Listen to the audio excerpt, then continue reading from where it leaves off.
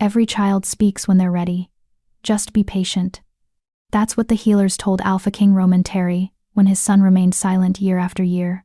But Roman would learn that silence isn't always about readiness. Sometimes it's about waiting for the right person to break through the walls that trauma builds. And when his 5-year-old son finally spoke, it wasn't to him. It wasn't to any of the nobles who'd tried to coax words from the boy's lips. It was to the lowly Omega servant everyone ignored, the one Roman had barely noticed until his son ran to her, wrapped his small arms around her legs, and whispered the word that would shatter everything Roman thought he knew about strength, worth, and love. Mommy. Chapter 1. The Silent Heir. The throne room of the Silvercrest pack smelled of old wood and older power.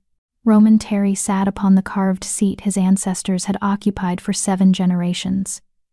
His jaw tight as he watched the latest specialist kneel before him. This one was a traveling healer from the Eastern Territories, a wizened woman with silver braids and promises that sounded identical to all the others. "Your Majesty," she said, her voice raspy with age. "I've treated hundreds of cases like your son's. With the right herbs and my guidance." That's what the last 5 healers said. Roman's voice cut through her pitch like a blade through silk. "My son is 5 years old. He has never spoken a single word, not one syllable, not even a cry when he was born." The healer's confidence flickered. "But surely he makes sounds?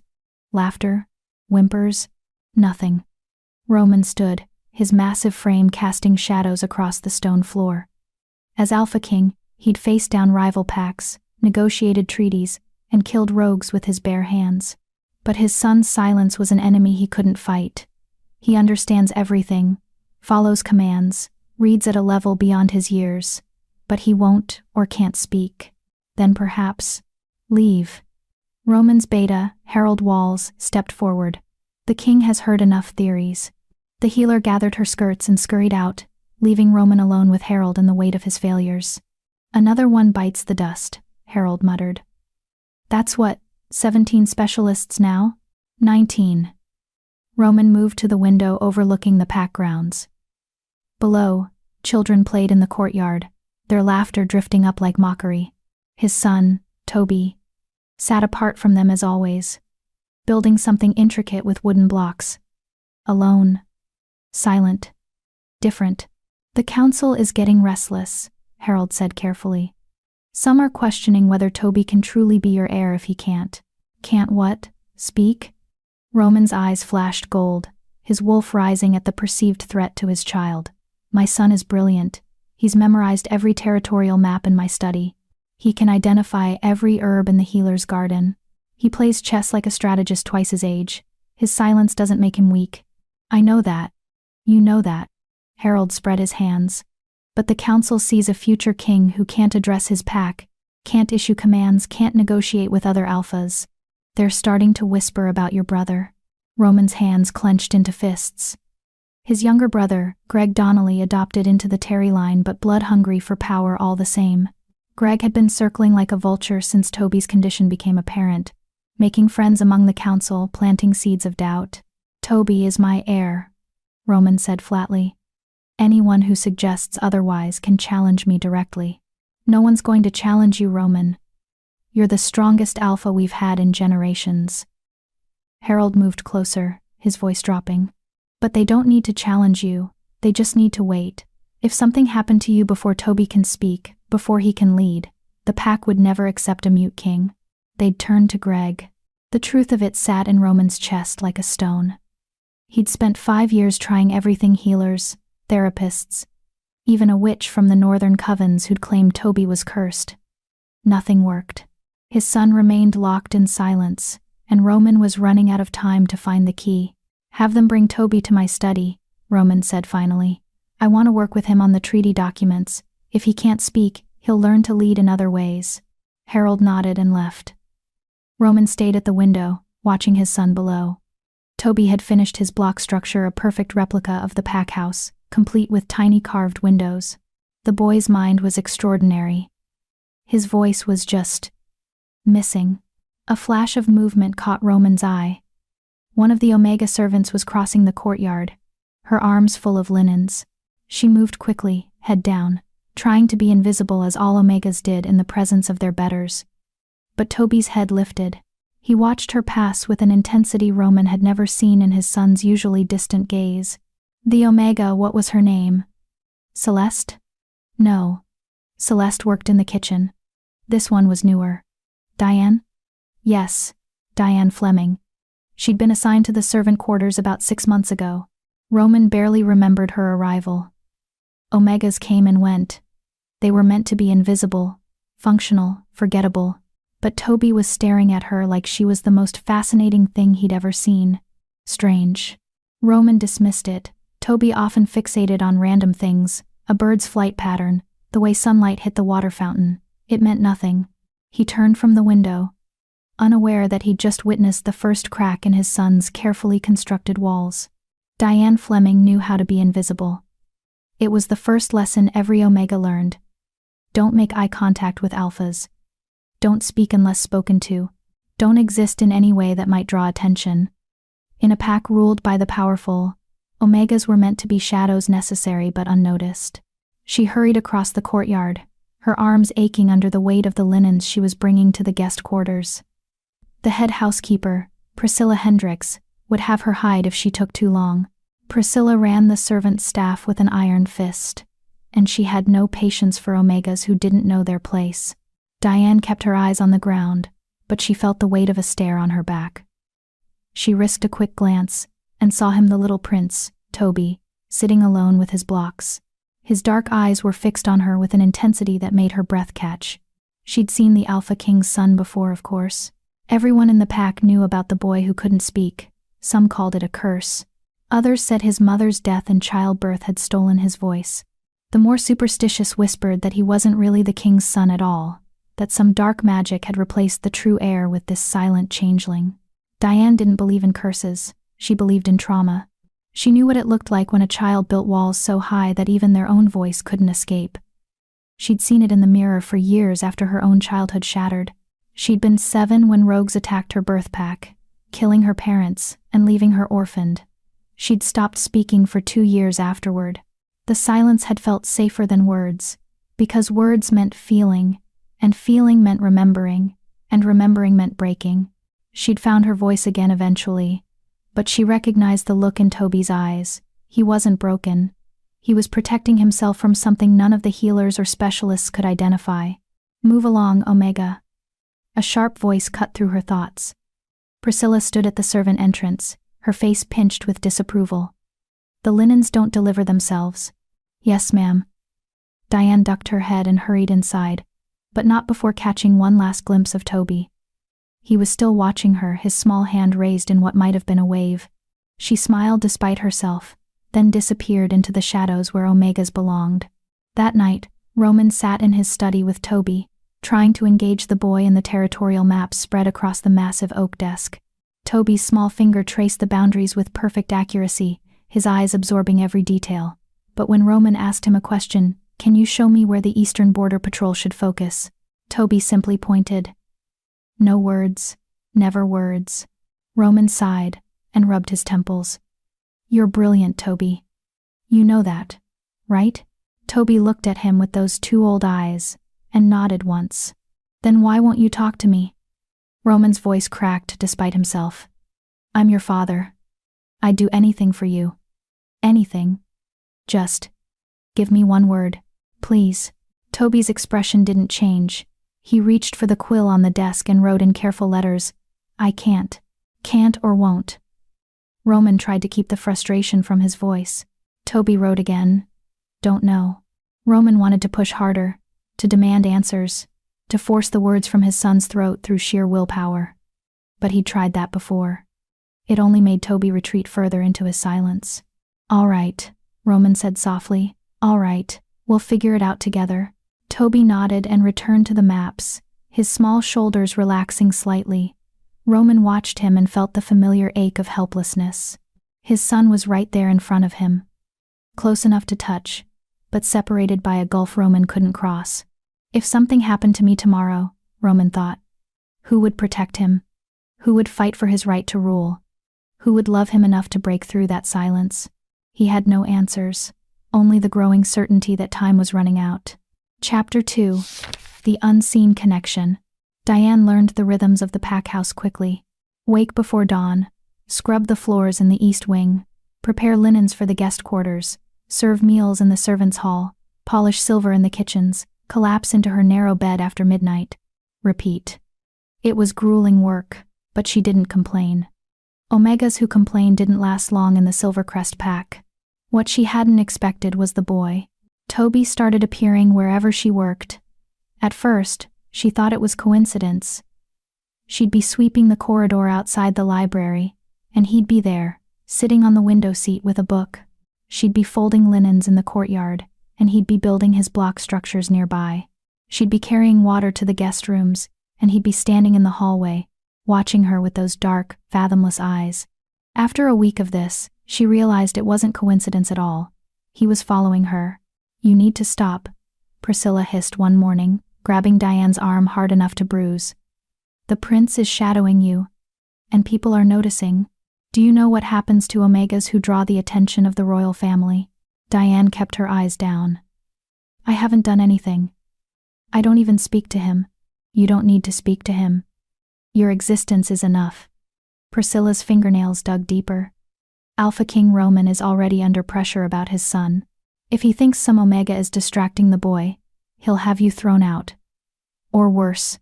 "I'll stay away from him," Diane promised. Even though she knew it was impossible, she didn't seek Toby out, he found her. And she couldn't exactly tell the prince to leave her alone. Omegas didn't give orders to royalty. But Priscilla was right about one thing. People were noticing.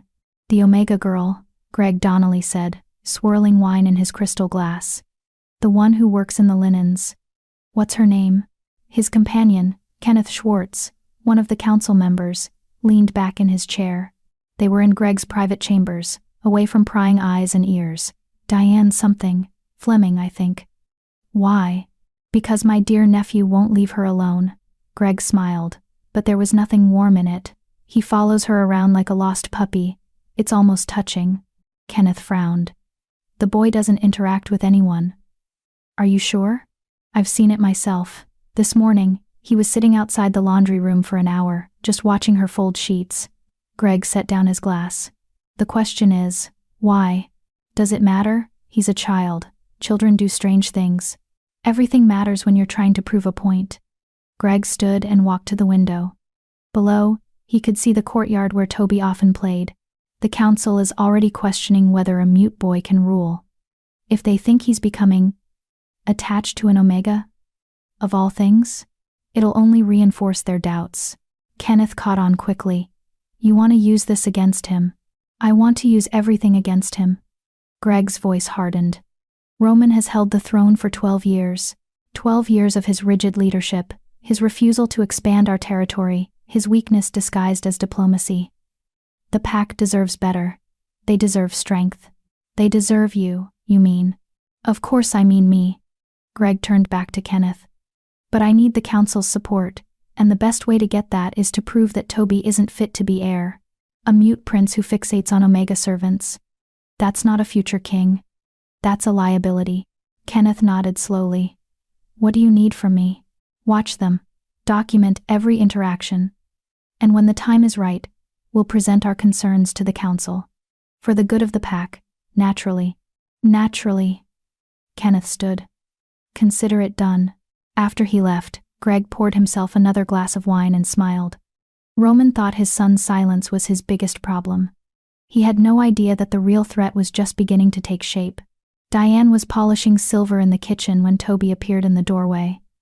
She didn't notice him at first. She was focused on removing a particularly stubborn tarnish from a serving platter. But when she looked up, he was standing there, holding something in his small hands. Her breath caught. She glanced around quickly. The kitchen was empty. The cook and her assistants had gone to the market. They were alone. "Your Highness," she said softly, setting down the platter. "You shouldn't be here. If someone sees you talking to me." She stopped. Talking. He didn't talk. That was the whole problem, wasn't it? Toby stepped closer and held out what he was carrying. It was a book, a children's story about a wolf who couldn't howl. Diane recognized it from the library shelf she dusted every week. "You want me to read to you?" she asked gently. Toby nodded, his eyes hopeful. Diane's heart twisted. She should say no. She should send him away, protect herself from whatever consequences this might bring. But the look on his face, the desperate hope of a child who'd been failed by every adult in his life, broke through her defenses. "All right," she whispered, "but just for a few minutes. And we have to be quick." Toby's whole face lit up. He climbed onto the wooden stool next to her and opened the book, pointing to the first page. Diane began to read. Her voice was soft, meant only for his ears. The story was simple: a young wolf who couldn't make sounds like the rest of his pack, who felt broken and alone until he discovered he could communicate through actions instead. Help instead of howls. Kindness instead of calls. As she read, she felt Toby lean against her shoulder. The weight of him was slight but significant. When was the last time someone had simply held this child? The king was busy ruling. The servants were too afraid. The other pack children avoided him because he was different. He was so terribly alone. Diane finished the story and closed the book. "Did you like it?" Toby nodded vigorously. Then he did something that made her breath stop. He pointed to her, then to himself, then to his heart. "You understand me," the gesture said. "You see me." Tears pricked Diane's eyes. "I do see you," she whispered. "You're not broken, Toby. You're just waiting for the right time, the right person, the right moment." Toby looked at her with an intensity that seemed too old for his 5 years. Then he reached out and took her hand, squeezing it gently. The kitchen door swung open. Diane jerked back, her heart hammering. But it was only Joe Shelton, one of the younger Omega servants, carrying a basket of vegetables. "Oh!" Joe stopped short, her eyes widening. "I didn't know, Your Highness." Toby slipped off the stool, clutching his book. He looked at Diane one more time, his expression torn between fear and longing, then ran from the kitchen. Joe set down her basket slowly. "Diane, what was that?" "Nothing," Diane said quickly, returning to her silver polishing with shaking hands. "He just wanted someone to read to him." "You can't do that. You know you can't." Joe's voice was gentle but urgent. "Priscilla already has her eye on you. If she finds out you're spending time alone with the prince—" "I know." Diane scrubbed harder at the platter, trying to erase the feel of Toby's small hand in hers. "It won't happen again." But even as she said it, she knew it was a lie. Because when Toby had looked at her, she'd seen herself at 7 years old, silent, scared, desperate for someone to understand. And she couldn't turn away from that. Not even to save herself. Joe sighed. "Just be careful, please. The powerful eat people like us for breakfast, and they don't even notice the taste." That night, Roman found Toby in his room, reading by candlelight, the same book about the wolf who couldn't howl. Roman had bought it months ago, hoping it might resonate with his son. Toby had never shown interest in it before. "New favorite?" Roman asked, sitting on the edge of Toby's bed.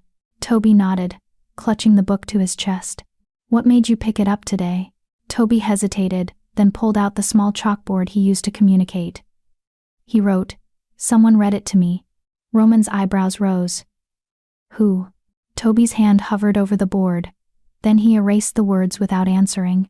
"Toby." Roman kept his voice calm despite the sudden tension in his chest. "Who read to you?" But Toby just shook his head and dove under his covers, the book still pressed against him like a shield. Roman wanted to press, to demand answers. But he recognized the signs of Toby shutting down, push too hard, and the boy would retreat completely. "All right," Roman said softly. "Keep your secrets. For now." He kissed Toby's forehead and left, his mind spinning. Someone had reached his son. Someone had made Toby interested in a story about finding your voice. That was progress, real, tangible progress. But who? Roman made a mental note to ask Harold to increase monitoring of Toby's daily movements. Not to punish whoever it was, but to understand. If someone had found a way to connect with his son, Roman needed to know how. Maybe, just maybe, they'd found the key to unlocking Toby's silence.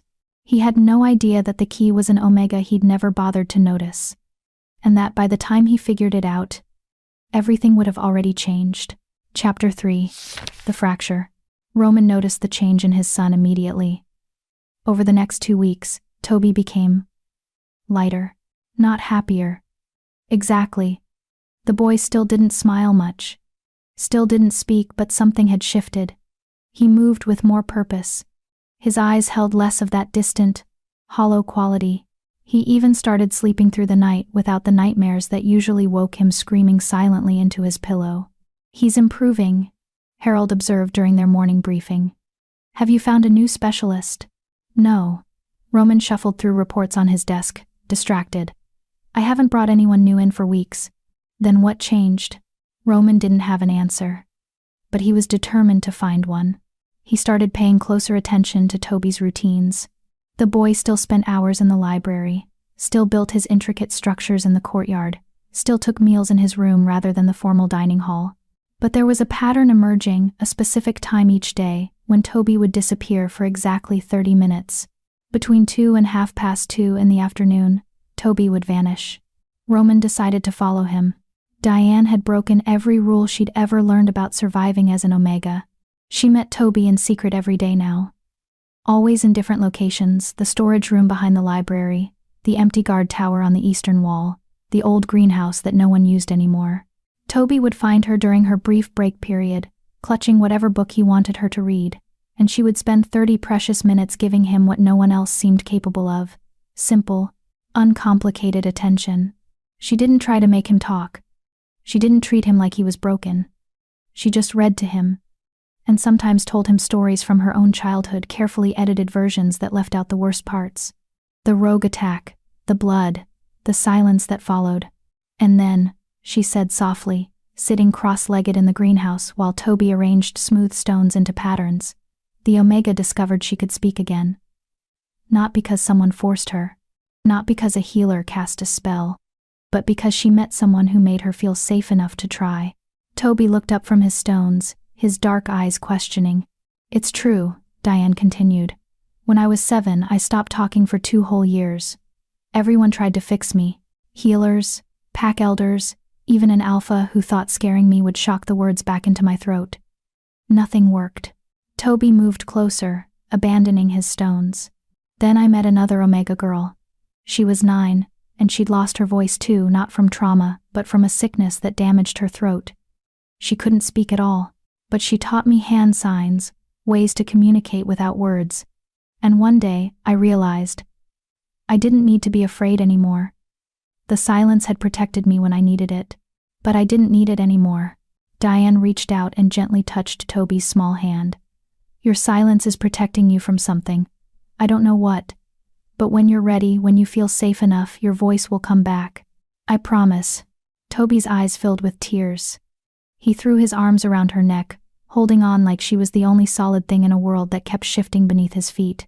Diane held him back, her heart breaking and healing at the same time. "You're not broken," she whispered into his dark hair. "You're just waiting, and that's okay." She didn't hear the footsteps approaching the greenhouse, didn't sense the presence watching from the doorway until it was too late. "So this is where you disappear to?" Diane's blood turned to ice. She looked up to see Alpha King Roman Terry standing in the entrance, his massive frame blocking the sunlight. His expression was unreadable, not angry, not pleased, just assessing. Toby pulled back from her embrace but didn't move away. His small body was tense, ready to flee. "Your Majesty." Diane scrambled to her feet, dropping into a submissive bow. Her mind raced with explanations, excuses, anything that might save her from whatever punishment was coming. This isn't, how long?" Roman's voice was calm, which somehow made it worse. "I'm sorry? How long has my son been meeting you in secret?" Diane's throat closed. She couldn't lie to an alpha. The command in his voice wouldn't allow it. 2 weeks, she whispered. "Just 30 minutes a day. I read to him. That's all. I swear I never—" "What's your name?" "Diane Fleming, Your Majesty." Roman studied her for a long moment. She kept her eyes down, her heart hammering so hard she thought it might burst from her chest. This was it. He was going to exile her. Or worse. "Look at me." She forced herself to meet his gaze. His eyes were the color of amber, sharp and intelligent. They reminded her of Toby's, but harder. More guarded. "You're the Omega from the linens," Roman said slowly, pieces clicking together. "The one Toby watches in the courtyard. I never encouraged him, Your Majesty. He just started following me, and I didn't know how to—" "Stop." Roman held up a hand. Then he did something that shocked her into silence. He knelt down to Toby's level. "Is this where you've been going, to see her?" Toby nodded, his jaw set with defiance. "Why?" Toby pointed to Diane, then to his heart, then made a gesture of opening a door. Roman's expression softened slightly. "She makes you feel safe." Another nod. Roman stood, his gaze returning to Diane. She braced herself for the order to leave, to never come near Toby again. But instead, he said something that made her world tilt sideways. "Teach me. Teach me." Diane blinked. "I'm sorry? Whatever you're doing that makes him trust you. Teach me how to do it." Roman's voice held an edge of desperation he was trying to hide. "I'm his father. I should be the one he runs to. But he runs to you instead." "Why?" The question hung in the air like a blade. Diane knew she was on dangerous ground. Telling an alpha king that he was failing his son could get her killed. But something in Roman's eyes, the raw vulnerability beneath the power, made her brave. "Because I don't try to fix him," she said quietly. "I just accept him. Exactly as he is." Roman's jaw tightened. "I accept him. Do you?" Diane's voice was barely a whisper, but the words cut deep. "Or do you accept the son you hope he'll become once he finally speaks?" The silence that followed was deafening. Roman's eyes flashed gold, his wolf rising to the surface, angry at the challenge. Diane dropped her gaze immediately, cursing herself for overstepping. She'd just signed her own death warrant. But Roman didn't lash out. Instead, his shoulders sagged slightly, the fight draining from him. "You think I don't love my son? I think you love him so much that his silence terrifies you," Diane said carefully, still not looking at him directly. "And he can feel that fear. Children always can." Roman was quiet for so long that Diane risked another glance at his face. He was staring at Toby with an expression of such profound pain that she had to look away. "I don't know how to reach him," Roman admitted, his voice rough. "I've tried everything. Every healer, every specialist, every technique. Nothing works. He just pulls further away." "Maybe that's the problem," Diane said softly. "You're trying to pull him toward you. But what if you need to go to where he is instead?" Roman looked at her sharply. "What do you mean?" "His silence is his safe place. You can't drag him out of it. You have to enter it with him. Learn to communicate the way he does. Show him that you love him even if he never speaks another word." "But he will speak," Roman said firmly. "He has to. He's going to be king." And there it was, the real issue beneath everything else. "No offense, Your Majesty," Diane said, knowing she was crossing lines that could never be uncrossed, "but maybe that's not what Toby needs to hear right now. Maybe he needs to know that he's enough as he is. That his worth isn't tied to his ability to rule or command or meet everyone's expectations. Maybe he needs to just be a 5-year-old boy who's allowed to be silent." Roman's hands clenched into fists. For a moment Diane thought she'd gone too far, but then something in his expression cracked open, not anger but realization. Painful, unwanted realization. "You think I'm hurting him," Roman said quietly. "You think my expectations are the reason he won't speak." "I think trauma is complicated," Diane said carefully. "And I think pressure, even loving pressure, can make someone retreat further into themselves. He knows you need him to talk. He can feel the weight of that need every time you look at him. What if he's afraid that if he speaks, and it's not enough, he'll disappoint you?" Roman closed his eyes. When he opened them again, they were suspiciously bright. "I would never." "I know. But does he?" The question landed like a physical blow. Roman turned to his son, who was watching the exchange with wide, frightened eyes. "Toby, come here." Toby hesitated, then slowly walked to his father. Roman knelt again and pulled the boy into his arms. "I love you," Roman said, his voice thick with emotion. "Speech or no speech, crown or no crown. You are my son, and you are enough. Do you understand me? You are enough." Toby buried his face in Roman's chest, his small shoulders shaking. And though no sound emerged, Diane could see that he was crying great. Silent sobs that racked his entire body. Roman held him tighter, rocking slightly. "I'm sorry. I'm so sorry. I've been so focused on fixing you that I forgot to just love you." Diane felt her own eyes burning. She started to back away, to give them privacy. But Roman's voice stopped her. "Stay." She froze. "Please," Roman added, looking at her over Toby's head. "He trusts you. And right now, I need all the help I can get." It was the most vulnerable she'd ever seen in Alpha. The most human. "Okay," Diane whispered. "I'll stay." She didn't know it yet. But that single word "okay" would change everything. For Toby, for Roman, for the entire pack, and for her. Chapter 4. The Unexpected Arrangement. The arrangement Roman proposed was unprecedented. "You'll move into the palace wing," he said that evening, after Toby had finally cried himself into exhausted sleep in Diane's arms. They were in Roman's private study now, the fire crackling in the hearth while rain pattered against the windows. "You'll have a room near Toby's quarters. Your official title will be—" "What? Companion? Tutor?" Diane sat stiffly in the chair across from his desk, still unable to believe this was happening. "Your Majesty, I don't think." "Nursemaid," Roman decided, ignoring her protest. "That's respectable enough. You'll be responsible for Toby's daily care and education. The council won't question it, every royal child has had nursemaids." "But I'm an Omega." Diane's voice was barely audible. "Omegas don't serve in the royal quarters, it's not done." "It is now." Roman's tone left no room for argument. "My son trusts you. In 5 years, no one, not healers, not tutors, not even me has been able to reach him the way you have.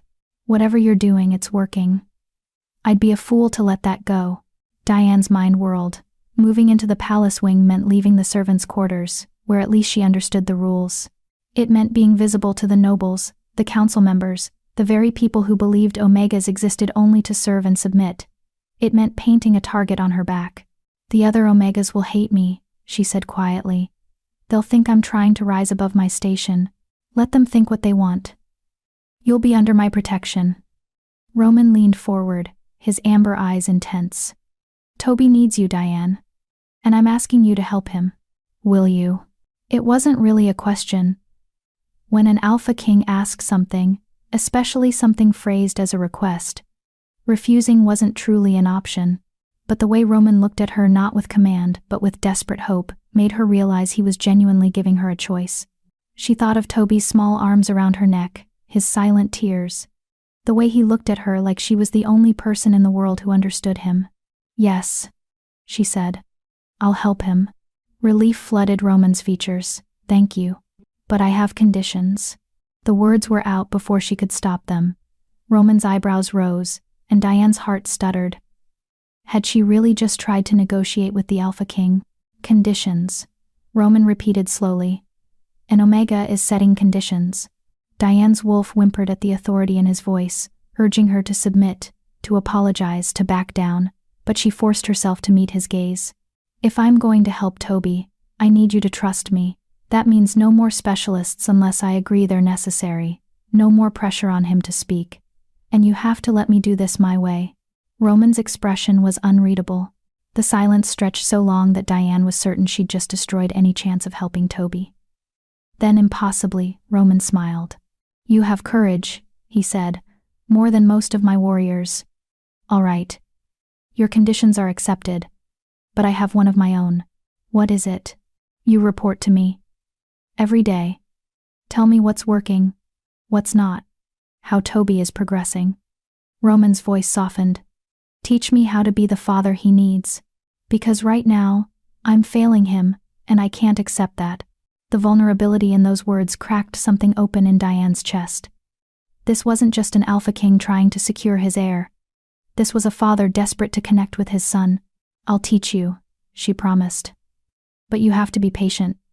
This won't happen overnight." "I've waited 5 years," Roman said. "I can wait longer if it means getting my son back." The news spread through the pack house like wildfire. By morning, every servant knew that the Omega from the linens had been promoted to royal nursemaid. By midday, every noble in the palace was whispering about it. and by evening, the council had called an emergency meeting. An Omega? Councilman Kenneth Schwartz's voice dripped with disdain. In the royal quarters? Serving the heir to the throne? Roman stood before the council chambers, his posture rigid with authority. Harold stood beside him, ready to defend his alpha's decision. The 7 council members sat in their high-backed chairs, their expressions ranging from confused to openly hostile. "She's qualified," Roman said evenly. "She has experience with children who've experienced trauma. And most importantly, my son trusts her." "Your son is 5 years old," another councilman, Javier Cohen, interjected. "Children trust easily. That doesn't mean we should elevate a servant to such a position of influence.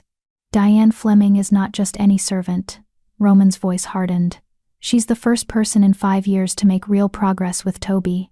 I've watched my son become more engaged, more present, more alive in the past 2 weeks than he's been since birth. That's worth more than your outdated prejudices about rank." Kenneth leaned forward, his eyes glittering. "And what happens when the pack learns that our future king's closest companion is an Omega? What message does that send?" "It sends the message that worth isn't determined by designation," Roman shot back. "That intelligence and compassion matter more than blood status. Isn't that the kind of leadership we should be modeling?" "Idealistic nonsense," Kenneth muttered, but several other council members looked thoughtful. Greg Donnelly, who'd been silent until now, finally spoke. "Brother, no one questions your devotion to Toby. But we have to consider the optics. The pack is already concerned about Toby's ability to rule. Adding an Omega to his inner circle will only fuel those concerns. Then the pack needs to examine their prejudices," Roman said flatly. "My decision stands. Diane Fleming is Toby's nursemaid. Anyone who has a problem with that can bring it to me directly." The threat was clear. "Challenge this, and you challenge me." The council members exchanged glances. Finally, the head councilman, an elderly alpha named Phil Mayer, nodded slowly. "Very well, Your Majesty. But we'll be watching this situation closely. If this Omega causes any problems—" "She won't," Roman interrupted. "Because unlike the specialists you've all recommended, she actually knows what she's doing." He turned and strode from the chambers, Harold hurrying to keep up. Once they were out of earshot, Harold let out a low whistle. "You just made enemies of half the council," he observed. "They were already my enemies," Roman replied. "They just hide it better than Greg does." "Speaking of Greg, did you see his face? He looked almost pleased." Roman had noticed. His brother's expression had been too satisfied, too smug. Greg wanted Toby to fail. Wanted Roman to make mistakes. This situation with Diane was exactly the kind of controversy Greg could exploit. "Double the guard rotations near Toby's quarters," Roman ordered. "And have someone keep an eye on Diane. If Greg tries anything, he won't be stupid enough to make a direct move," Harold said. "But he'll definitely use this against you politically. An Alpha King elevating an Omega? The traditionalists will have a field day." "Let them," Roman said grimly. "My son matters more than politics." But even as he said it, he knew that in the world of pack leadership, everything was politics, and he'd just handed Greg ammunition. Diane's new room was larger than anywhere she'd ever lived. It had a real bed with clean sheets, a window overlooking the gardens, and even a small writing desk. Compared to the cramped servants' quarters where she'd shared a room with 5 other Omegas, it was a palace. But it felt like a prison. She sat on the edge of the bed, her few possessions laid out beside her. A spare dress, a hairbrush, a small wooden carving of a wolf her father had given her before he died. That was it. That was everything she owned. A knock on the door made her jump. "Come in," she called, expecting Priscilla or maybe one of the other servants. Instead, Toby slipped inside, still in his nightclothes. He was barefoot, his dark hair mussed from sleep. He looked at her with those 2 old eyes, then crossed the room and climbed onto the bed beside her. "Couldn't sleep?" Diane asked gently. Toby shook his head. He pulled out the small chalkboard he always carried and wrote, "Bad dream. Want to tell me about it?" He wrote again, his letters shaky. "You left. Everyone always leaves." Diane's throat tightened. "Oh, sweetheart. I'm not going anywhere. I'm right here. See?" She tapped the wall that separated their rooms. "You're right next door. If you ever need me, just knock." Toby erased his board and wrote, "Promise? I promise." She held out her pinky finger. "Pinky promise. Do you know what that is?" Toby nodded and linked his small pinky with hers. "When you make a pinky promise, you can never break it," Diane explained. "It's the most serious kind of promise there is. And I'm promising you that I won't leave unless you want me to." Toby held onto her pinky for a long moment, as if testing the strength of the promise. Then he nodded, satisfied, and curled up against her side. Diane started to hum an old Omega lullaby her mother used to sing. It was simple and repetitive, more feeling than melody. Toby's breathing gradually slowed, his body relaxing into sleep. She was about to carry him back to his own room when the door opened again. Roman stood in the doorway, clearly having come to check on his son. When he saw Toby asleep against Diane, his expression softened. "He had a nightmare," Diane whispered. "I was just about to bring him back." "Leave him," Roman said quietly, stepping inside and closing the door. "He looks peaceful." He sat in the chair by the writing desk, watching his son with an expression of longing that made Diane's heart ache. This man had everything: power, wealth, authority, but he couldn't have the one thing he wanted most, his son's trust. "He'll trust you again," Diane said softly. "It just takes time." "How did you learn to do this?" Roman asked. "To read people so well?" "I had to." Diane stroked Toby's hair absently. "When you're an Omega, your survival depends on understanding the people around you, reading their moods, anticipating their needs, staying invisible until you're needed. You learn to see people clearly because your life depends on it." Roman frowned. "That's a horrible way to live." "It's the only way I know." They sat in silence for a moment, the only sound Toby's soft breathing. Finally, Roman spoke again. "My mate Toby's mother died giving birth to him. The labor was complicated. The healers said she was too weak, that her body couldn't handle it. She bled out within minutes." His voice was flat, emotionless, but Diane could hear the pain beneath it. "Toby never cried. Not once. The healers said it was shock. But he just never started. Never made a sound." "You blame yourself," Diane said quietly. "I should have protected her. Should have known something was wrong. Should have gotten better healers. Should have." He stopped, his jaw tight. "Toby's silence is my punishment. A reminder that I failed the person I was supposed to protect most." "That's not true, isn't it?" Roman's eyes met hers. "My mate died because of me. My son won't speak because somewhere, deep down, he knows I'm responsible for killing his mother." "Toby doesn't think that," Diane said firmly. "He's 5 years old. He doesn't understand complicated guilt or blame. His silence has nothing to do with punishing you." "Then what's it about?" Diane looked down at the sleeping child in her arms. "I think he's afraid of something. I don't know what yet. But fear this deep doesn't come from nowhere. Something scared him into silence, and until we figure out what, he's going to stay locked inside himself." Roman leaned forward, his elbows on his knees. "Help me find it. Whatever it is, help me free him." "I will," Diane promised. "But Roman," she caught herself. "Your Majesty. I mean, Roman is fine when we're alone." He gave her a tired smile. "I think we're past formalities now. Roman," she said carefully, testing the name on her tongue. "You need to prepare yourself for the possibility that Toby might never speak, that his silence might be permanent." "No." Roman's voice turned hard. "I won't accept that." "You might have to." "He's going to be king," Roman insisted. "He has to speak. The pack won't accept a mute alpha." And there it was again. The pressure, the expectations, the weight that Toby could surely feel pressing down on him every moment of every day. "If you keep thinking like that," Diane said quietly, "you'll never reach him. Because he'll always know that your love comes with conditions." Roman's eyes flashed. "That's not fair." "Maybe not. But it's true." Diane held his gaze, refusing to back down. "Right now you have to choose. Do you want a son who speaks, or do you want a son who trusts you? Because I don't think you can force both." The words hung between them like a challenge. Roman stood abruptly, his chair scraping against the floor. For a moment, Diane thought he was going to rage at her, to throw her out, to remind her of her place. Instead, he walked to the door and paused with his hand on the frame. "Keep him tonight. He seems to sleep better with you." Then he was gone, leaving Diane alone with the sleeping prince and the terrible weight of responsibility settling onto her shoulders. She looked down at Toby, so small and fragile and silent. "What are you so afraid of?" she whispered. "What happened to you?"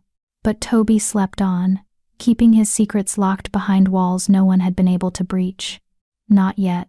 Chapter 5. The Serpent's Trap. 3 weeks into the new arrangement, Diane began to notice patterns. Toby had good days and bad days. On good days, he'd engage with the lessons she prepared: simple mathematics, reading practice, nature walks through the garden where she'd teach him about plants and animals. He'd hold her hand, lean against her during story time, even attempt to smile when she made silly faces. On bad days, he'd retreat so far inside himself that nothing could reach him. He'd sit motionless for hours, staring at nothing, his small body rigid with tension. On those days, his nightmares were worse.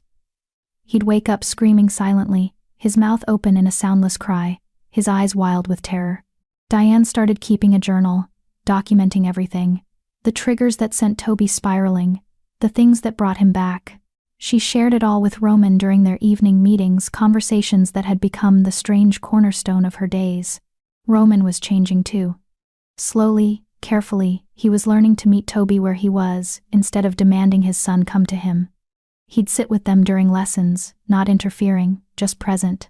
He'd join their walks, pointing out birds and flowers without expecting verbal responses. He'd tuck Toby in at night with stories instead of expectations.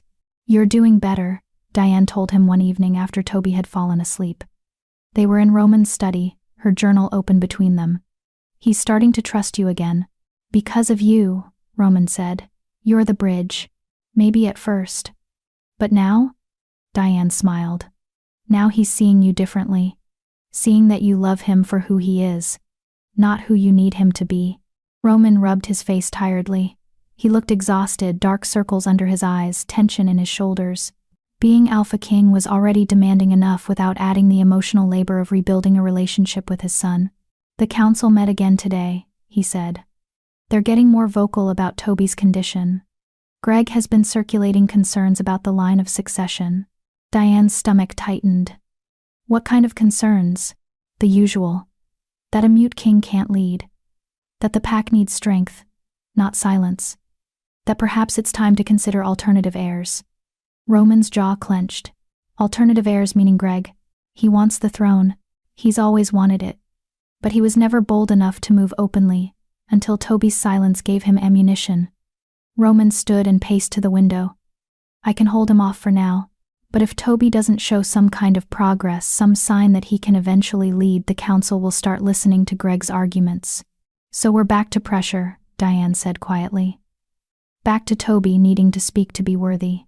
"That's not what I..." Roman stopped, catching himself. "You're right, I know you're right. But I'm caught between being his father and being a king. And those two roles are tearing me apart."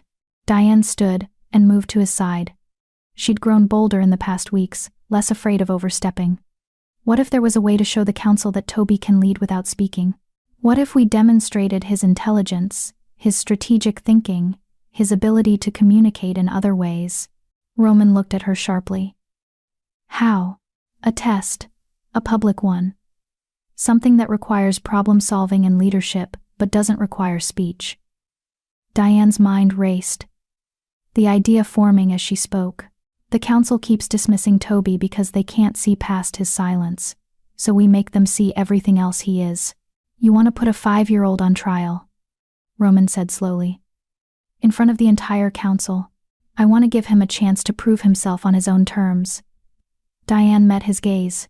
"But only if you think he's ready, and only if we prepare him properly. No surprises, no pressure. We make it a game, something he can win." Roman was quiet for a long moment, considering. Finally he nodded. "Tell me what you need."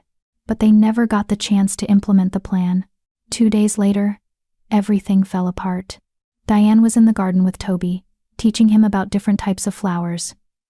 It was a good day. Toby was engaged, even picking flowers to arrange in patterns on the grass. The sun was warm, the air sweet with spring blooms. Then Greg appeared.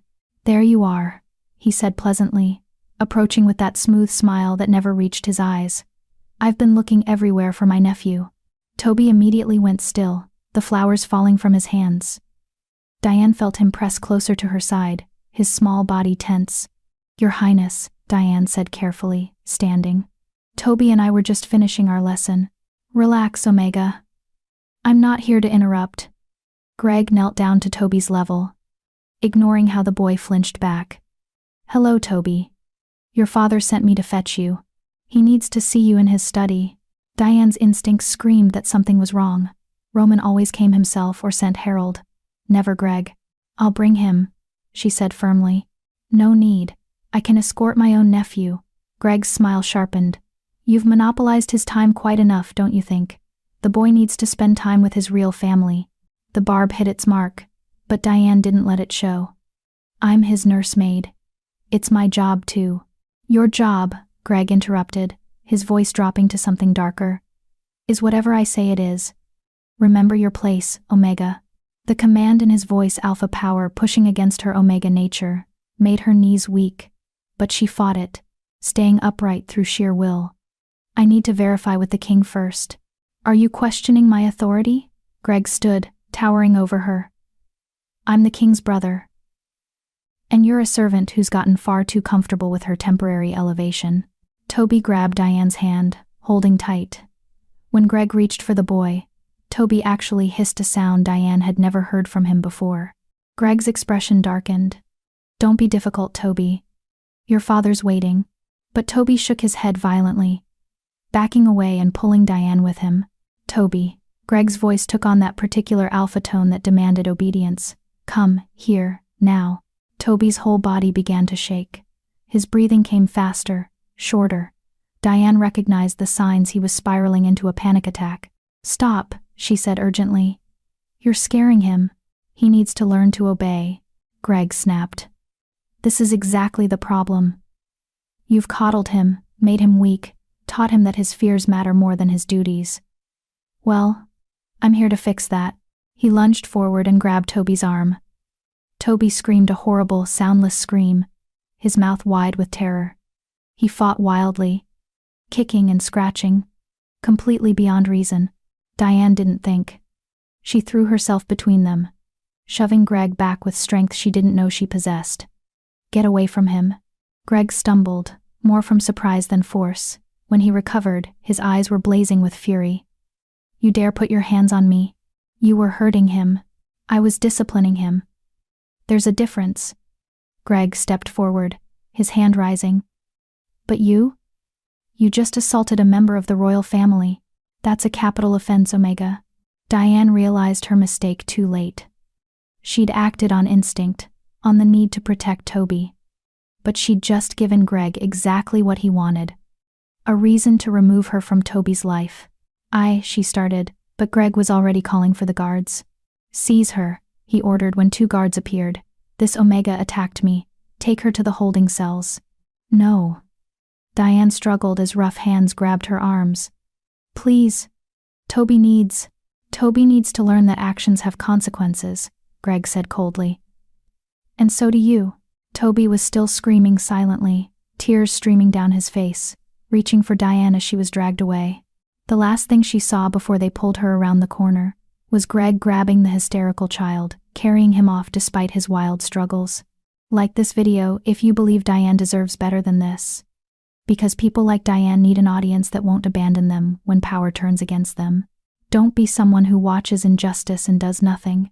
Roman was in a council meeting when Harold burst through the doors, his face pale. "My king," Harold said urgently. "There's been an incident." Roman was on his feet immediately. "Toby? He's physically unharmed, but Greg just brought him to the royal quarters. The boy is hysterical. He won't calm down, won't let anyone near him.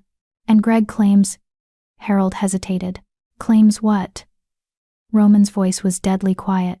"That Diane attacked him in the garden, that she assaulted a royal prince in front of Toby. He's had her arrested." The room erupted, council members shouting over each other. some demanding punishment for the Omega who dared raise her hand against royalty, others questioning Greg's account. But Roman heard none of it. He was already running. He found Toby in his bedroom, curled in the corner behind his bed, rocking back and forth. The boy's face was blotchy with tears, his eyes vacant with shock. When Roman tried to approach, Toby scrambled away, pressing himself against the wall. "Toby," Roman said gently, kneeling several feet away. "It's me. You're safe now." But Toby just shook his head frantically, his mouth opening and closing in silent words Roman couldn't understand. Roman's heart shattered. All the progress they'd made, all the trust they'd built, gone. Destroyed in a single afternoon. "Where is she?" Roman demanded, turning to Harold who'd followed him. "Where's Diane?" "The holding cells," Greg ordered. Roman didn't wait to hear the rest. He stormed through the palace, his rage building with every step. Guards scrambled out of his way, sensing the fury of an alpha on the edge of control. He found Diane in one of the small cells beneath the palace cold stone rooms usually reserved for criminals and rogues. She was sitting on the narrow bench, her arms wrapped around herself, staring at nothing. When she saw him, she jumped to her feet. "Roman. Toby, is he okay? Please. I need to know if he's... What happened?" Roman's voice was tight with barely controlled anger. Diane explained everything quickly: Greg's arrival, his attempt to take Toby, the boy's panic, her instinctive protection. Roman listened, his fury growing with every word. "You touched him," Roman said when she finished. "You physically pushed a royal prince. He was hurting Toby." Diane's voice broke. "I know I shouldn't have. I know it was wrong, but I couldn't just stand there and watch. You did the right thing." Diane stopped mid-sentence. "What?" "You protected my son. When my own brother tried to traumatize him, you stood between them." Roman stepped closer to the cell bars. "That's exactly what you were supposed to do." "But Greg said." "Greg is a manipulative bastard who saw an opportunity and took it." Roman's jaw clenched. "He knew you'd react to protect Toby. He provoked you deliberately so he could have you arrested and removed from Toby's life. And I almost let him win." He grabbed the cell bars, and they groaned under the force of his grip. "Harold, get these doors open, now." "Your Majesty, the council will demand." "I don't care what the council demands," Roman roared, his alpha power flooding the corridor and making everyone present drop their heads in submission. "She's under my protection. She stays with my son. Anyone who has a problem with that can challenge me for the crown." The cell door swung open. Roman reached in and pulled Diane out, steadying her when she stumbled. She looked up at him with wide, disbelieving eyes. "You're not getting rid of me?" she whispered. "Never." Roman's voice was fierce. "You're the best thing that's happened to my son in 5 years. Greg will pay for what he did today, but right now, I need you to come with me. Toby needs you." Diane didn't need to be told twice. They ran back to Toby's room together, Harold and a contingent of guards following. When they burst through the door, Toby was exactly where Roman had left him, curled in the corner, lost in his fear. "Toby," Diane called softly, dropping to her knees. "Sweetheart, I'm here. I'm okay." Toby's head snapped up. When he saw her, his face crumpled. He launched himself across the room and into her arms, holding on like she was the only thing keeping him anchored to the world. Diane held him tight, rocking and humming that Omega lullaby. Gradually, slowly, Toby's breathing steadied. His death grip on her dress loosened slightly. The wild panic in his eyes faded to exhausted relief. Roman watched them, something fierce and protective rising in his chest. This Omega, this brave, foolish, beautiful Omega, had just risked everything to protect his son. She'd stood against a royal prince, faced arrest and possible execution, all for the sake of a child who wasn't even hers. She was extraordinary, and in that moment, Roman realized something that terrified him more than any battle or political maneuvering ever had. He was starting to care about Diane Fleming as more than just his son's nursemaid. He was starting to care about her as a person, as a woman, as someone worth protecting and cherishing. And no, he couldn't think like that. She was an Omega. He was an Alpha King. The gap between them was too wide, too absolute, and even if it wasn't, he'd already lost one mate. He wouldn't risk his heart again. But watching Diane comfort his son, Seeing the love and care in every gentle touch and soft word, Roman knew it was already too late. The damage was done. Chapter 6. The Testimony. The emergency council session was called for the following morning. Roman had spent the night securing allies, preparing his defense of Diane, and trying to contain his rage at Greg's calculated cruelty. By the time dawn broke, he was exhausted but ready for war. Diane stood beside him in the council chambers, her head held high despite the fear radiating from her. She wore a simple dress, borrowed from one of the palace staff, still Omega clothing, but clean and presentable. Roman had wanted to dress her in something finer, but she'd refused. "I won't pretend to be something I'm not," she'd said quietly. "They need to see me as I am." Now, facing the 7 council members and Greg's smug expression, Roman wondered if that had been wise. The prejudice in the room was palpable. Several councilmen wouldn't even look at Diane directly, as if acknowledging her presence would somehow contaminate them. "Let's proceed," Phil Mayer said, banging his gavel. "We're here to address the incident in the garden yesterday. Prince Greg, you've brought charges against the Omega Diane Fleming for assault of a royal person. Present your case." Greg stood, every inch the wounded party. "Thank you, Councilman Mayer. Yesterday afternoon, I went to the gardens to retrieve my nephew for a meeting with the king. When I arrived, I found Toby under the supervision of this Omega." He gestured dismissively at Diane. "I politely informed her that the king required Toby's presence. She refused to release him. When I attempted to escort my nephew myself, as is my right as his uncle and a prince of this pack, she physically assaulted me. She pushed me with considerable force, causing me to stumble and fall." Murmurs rippled through the chamber. Roman's hands clenched into fists. "She also shouted at me," Greg continued, his voice taking on a wounded tone. "Ordered me to get away from my own nephew." All of this in front of the child, who became understandably distressed by the violence. "That's not what happened," Diane said quietly. "Silence," Kenneth Schwartz barked. "Omegas speak only when directly addressed by the council." Roman stepped forward, then address her. "Because Greg's account is a lie, and she's the only witness." Phil Mayer sighed. "Very well. Omega, you may speak. Tell us your version of events." Diane took a breath, steadying herself. "Prince Greg came to the garden and told Toby that his father wanted to see him. But something felt wrong. The king always comes himself or sends herald. Never Prince Greg. When I questioned this, Prince Greg became aggressive." "Aggressive how?" Phil asked. "He used Alpha Command on me, reminded me of my place. When Toby refused to go with him, when Toby showed clear signs of fear, Prince Greg grabbed the boy roughly. Toby panicked. He was screaming, fighting, completely terrified. I tried to intervene verbally, but Prince Greg wouldn't stop. So I pushed him away from Toby." "You admit to the assault then?" Javier Cohen said triumphantly. "I admit to protecting a child who was being hurt." Diane corrected, her voice stronger now. "If that's assault, then yes, I'm guilty." "The arrogance," Kenneth muttered. "She doesn't even show remorse.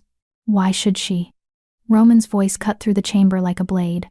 "She did exactly what she was supposed to do. Her job, her only job, is to protect my son. And that's what she did. Against a member of the royal family," Greg said, his eyes glittering. "Brother, I understand your attachment to this Omega. She's clearly very effective at her duties, but there must be consequences for laying hands on royalty. Otherwise, what's to stop every servant from acting with such presumption?" "The difference," Roman said coldly, "is that you provoked her deliberately. You knew Toby would panic. You knew Diane would protect him. You orchestrated this entire situation so you could have her removed from Toby's life."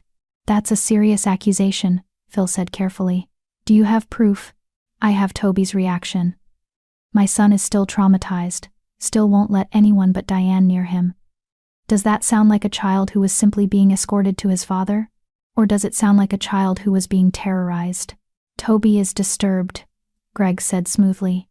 "His reactions can't be trusted. The boy sees threats where none exist. It's part of his condition." Roman took a step toward his brother, his wolf rising. "Say one more word about my son's condition, and I'll show you what a real threat looks like." "Your Majesty," Phil intervened quickly. Please. Let's maintain order. We still need to hear from the other witness, Toby himself. The room went silent. You can't be serious, Roman said slowly. You want to put my 5-year-old son on trial? Force him to testify about the most traumatic event of his life? He's the only neutral witness, Kenneth pointed out. If what you and the Omega claim is true, Toby can confirm it. He can't speak, Roman said through gritted teeth. He can write. He can use gestures. We'll find a way to communicate. Phil looked genuinely regretful. I'm sorry, Roman.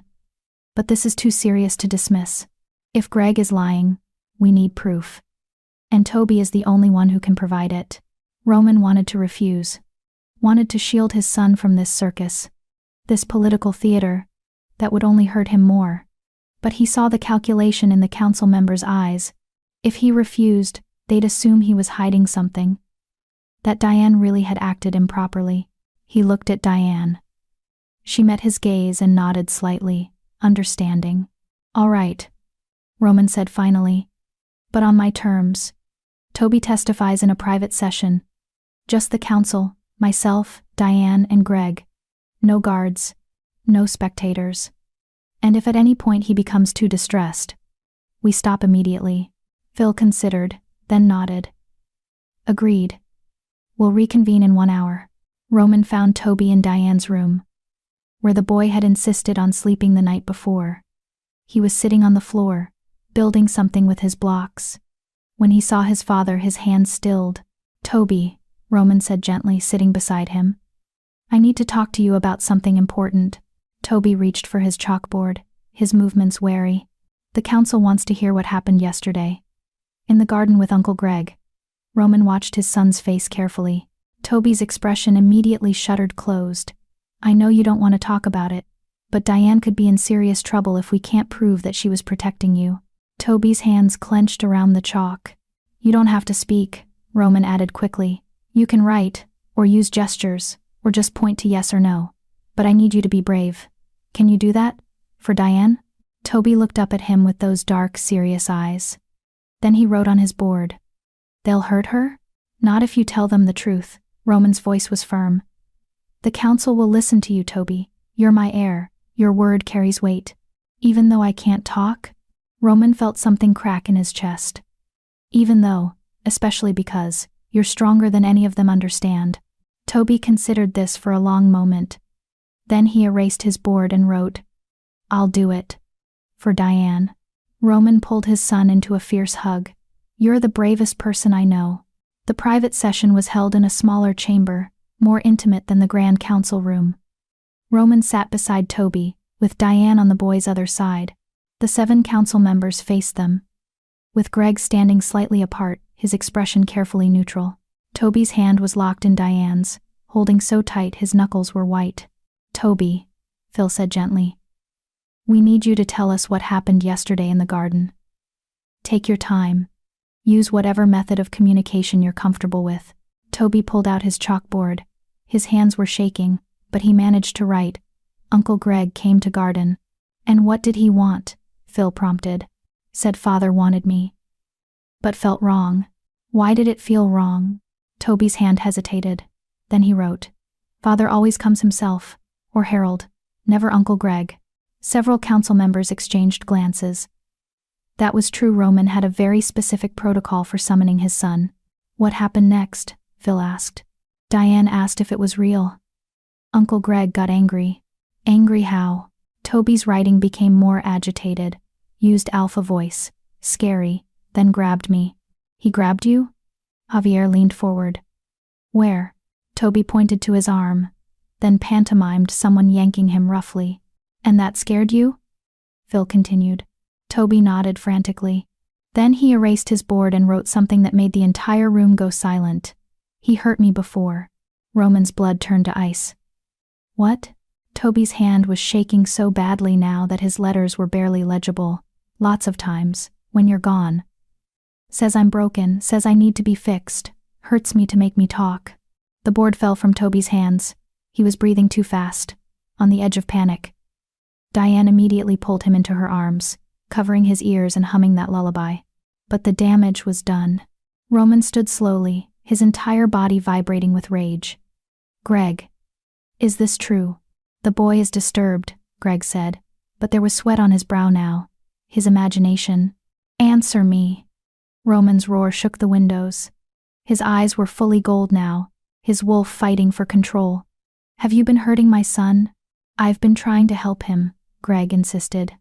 The specialists all said, sometimes children need firm discipline to overcome their. He didn't get to finish. Roman lunged across the room, his hand closing around Greg's throat and slamming him against the wall. "You hurt him," Roman snarled, his voice barely human. "You hurt my son and made him afraid. That's why he won't speak. Not because of birth trauma, not because of some mysterious condition. Because you terrorized him into silence." Greg clawed at Roman's hand, gasping. "Roman, please, I was trying to help." "By hurting a child?" Roman's grip tightened. "By traumatizing my son every time I left the palace? By making him so afraid that he locked himself inside his own mind?" "Your Majesty," Phil's voice was urgent. "Roman, please, release him." "Why should I?" Roman's voice was deadly quiet now. "Give me one reason why I shouldn't snap his neck right here." "Because Toby is watching," Diane said softly. Roman froze. He looked back to see his son peeking out from Diane's embrace, his eyes wide with fear not of Greg, but of Roman himself. Of the violence Roman was capable of. Slowly, Roman released his brother. Greg collapsed to the floor, coughing and gasping. "You're banished," Roman said flatly. "From this pack. From this territory. From my presence. You have until sunset to gather your belongings and leave. If I ever see you again, I will kill you." "That's a promise. Not a threat." "The council," Greg wheezed. "The council just heard your victim testify," Phil said coldly. "You've been abusing the heir to the throne." "That's treason, Greg. The king is being merciful by simply banishing you. But leave." Roman's command was absolute, backed by the full force of his alpha power. Greg scrambled to his feet and fled, not even daring to look back. The council members stood as one. "The charges against Diane Fleming are dismissed," Phil announced. "Furthermore, we commend her actions in protecting the young prince. The Omega acted with courage and honor." Roman barely heard them. He was already moving back to his son, dropping to his knees in front of Toby. "I'm so sorry," he whispered, his voice breaking. "I should have known. Should have protected you. I failed you, Toby. I'm so sorry." Toby looked at him for a long moment. Then, slowly, he reached out and touched his father's face. His small hand traced the tears Roman hadn't realized were falling. And for the first time in 5 years, Toby opened his mouth and made a sound. Not a word. Not yet. But a soft, wordless hum, the same melody Diane always sang to him. It was the most beautiful sound Roman had ever heard. Chapter 7. The Healing. The days following Greg's banishment were strange and fragile. The entire pack buzzed with whispers about the prince's crimes, about the Omega who'd protected the heir, about the young prince's testimony. But within the walls of the royal quarters, something quieter was happening. Toby was healing. It wasn't dramatic. There was no sudden breakthrough, no miraculous recovery. But slowly, incrementally, the walls he'd built around himself began to crumble. He started humming more often. Not words, but melodies, the lullaby Diane sang, songs from the books she read, even simple tunes he made up himself. The first time Roman heard his son humming while playing with his blocks, he'd had to leave the room to compose himself. "It's progress," Diane told him that evening. They'd fallen into a routine of meeting in Roman's study after Toby was asleep, discussing the day's developments. "Sound is the first step. Words will come when he's ready." "How do you stay so patient?" Roman asked. He was standing at the window, watching the moon rise over the packlands. "How do you have so much faith that he'll get there?" "Because I did." Diane was curled in the armchair by the fire, her journal open in her lap. She looked comfortable there, Roman noticed. Like she belonged. "I was silent for 2 years, remember? And then one day, I just started talking. Not because someone forced me. Because I finally felt safe enough to try." "What made you feel safe?" Diane's expression softened with memory. "Another Omega. She was older.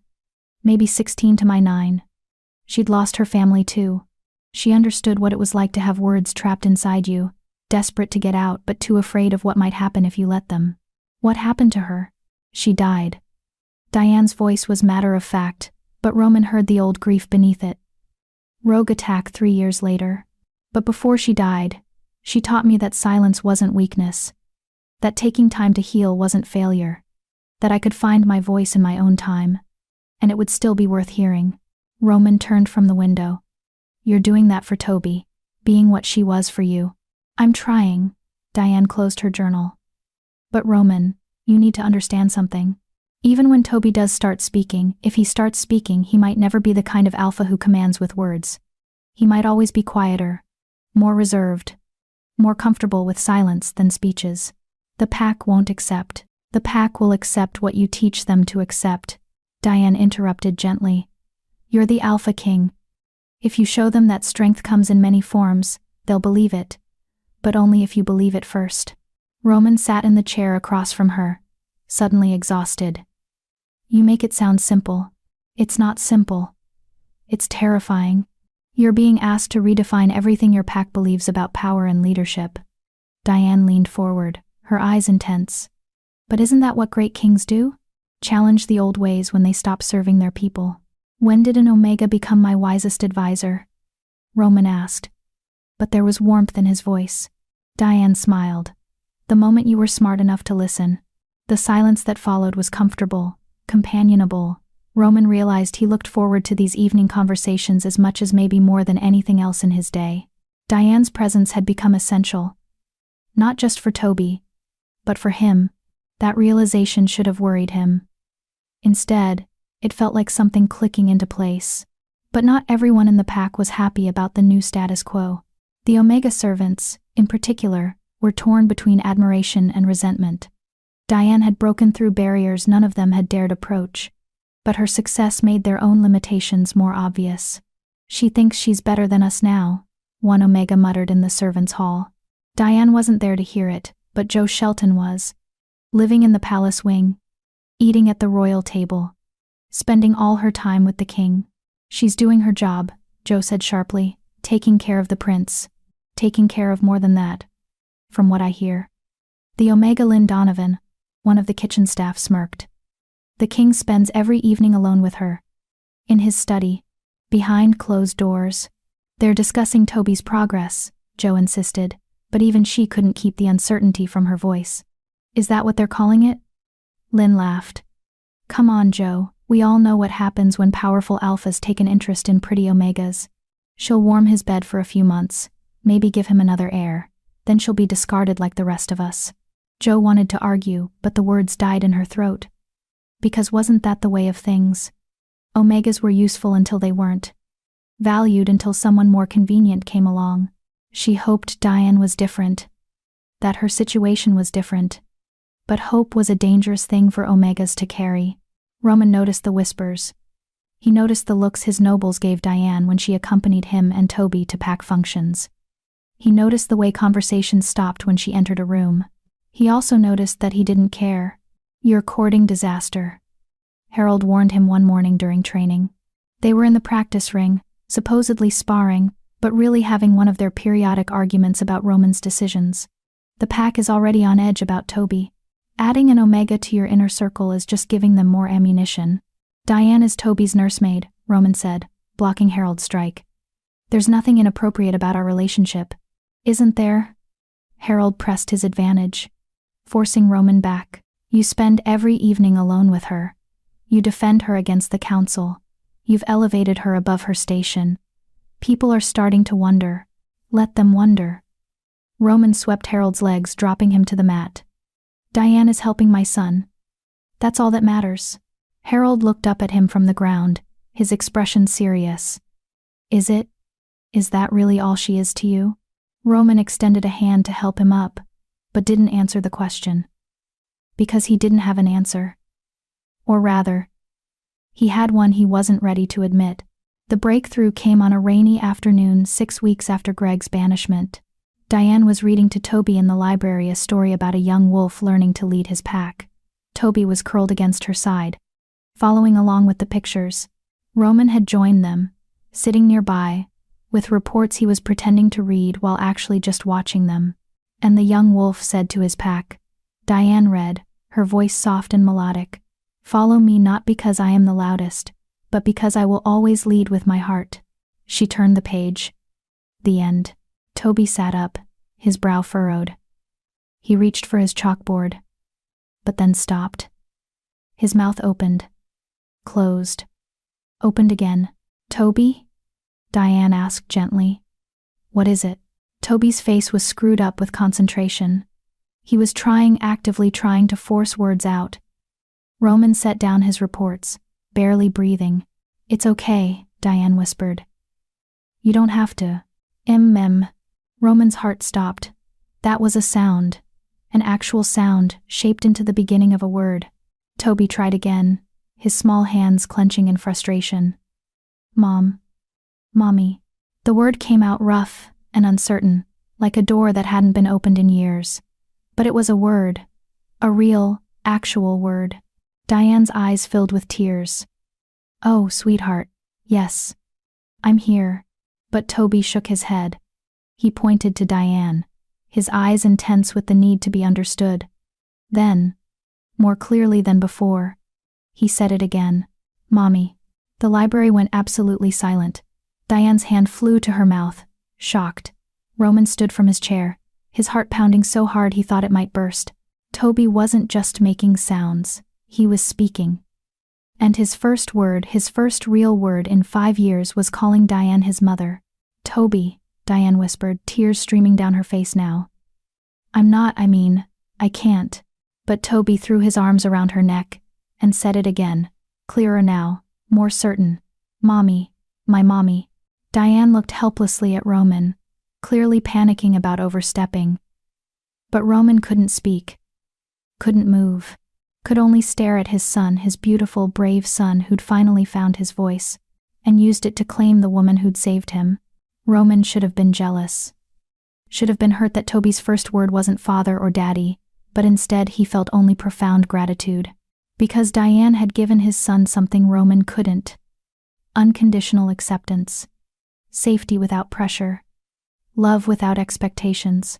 She'd given Toby a mother. Mommy, Toby said again, this time looking at Roman as if asking permission. Asking if it was okay to want this, to need this, to love this Omega who'd pieced him back together. Roman crossed the room and knelt beside them both. Yes, he said, his voice rough with emotion. If that's what you want. If that's what she wants. He looked at Diane, seeing her clearly perhaps for the first time, not as a servant, not as a nursemaid, but as the woman who'd fought for his son, who'd risked everything to protect a child who wasn't hers by blood but was hers in every way that mattered. Diane, Roman said carefully. Could you? He didn't know how to ask, didn't know if he even had the right. She was an Omega, he was an Alpha King. The gap between them was supposed to be insurmountable, but Toby had already bridged it. Diane looked from Toby to Roman, understanding dawning in her eyes. You're asking if I'd be willing to be his mother, Roman finished. Officially, permanently, not as a nursemaid or a servant but as my mate. The words were out before he could stop them. Harold would tell him he was insane. The council would riot. The pack would never accept an Omega Queen. But looking at Diane holding his son, seeing the love in her eyes, Roman realized he didn't care about any of that. He cared about this. About them. About the family they'd already become without even meaning to. Diane stared at him, her eyes wide with shock. Roman, you can't be serious.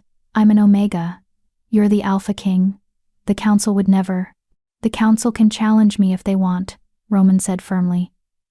But they won't win. Because I've made my choice. You've been Toby's mother in every way that matters for months now. I'm just asking you to make it official. But, Mommy, please, Toby whispered, his small voice breaking. Please stay. Forever. Diane looked down at the boy in her arms. The boy who'd been silent and scared and broken when she first met him. The boy who was now speaking, who was healing, who was calling her mommy with such desperate hope in his eyes. How could she say no to that? How could she say no to any of this? Okay, she whispered. Yes. I'll stay. I'll be his mother. I'll be. Mine, Roman finished, his hand covering hers. Say you'll be mine. Diane met his gaze, seeing the vulnerability there, the fear that she'd reject him. The Alpha King was asking an Omega to be his equal, his partner, his mate. It was impossible. Unprecedented. Absolutely insane. Yes, Diane said, her voice stronger now. I'll be yours. Toby made a sound that might have been a laugh or a sob or both. He pulled them both closer, creating a circle of three. A family that shouldn't exist, but did anyway. Outside the library, thunder rumbled, rain lashed against the windows, and inside, in the warm glow of lamplight, something new was born. Not just Toby's voice, but a family built on love instead of tradition, on choice instead of obligation, on the radical idea that an Omega could be a queen, a mute child could be a king, and love could exist anywhere it chose to bloom, even in the most impossible places. Chapter 8. The Coronation of the Heart. The announcement was made at the next full pack gathering. Roman stood on the ceremonial platform, Toby at his side, and Diane slightly behind them, a position that would soon change. The pack had assembled in the great courtyard. Hundreds of wolves gathered to hear their king's proclamation. The air buzzed with curiosity and speculation. My people, Roman began, his voice carrying across the crowd. 5 years ago, I became a father and a widower on the same night. I thought I'd lost everything, my mate, my hope, my future. But I was wrong. He reached back and drew Diane forward. She came reluctantly, her Omega instincts screaming at her to stay invisible, to not draw this much attention. But Toby grabbed her other hand, anchoring her. This woman, Roman continued, saved my son, not with magic or medicine, but with patience, courage, and unconditional love. She saw worth in a silent child when others saw only disability. She fought for him when I didn't know how. And today, I ask the pack to recognize what my son already knows. Diane Fleming is his mother. Gasps rippled through the crowd, some shocked, some scandalized, some genuinely confused.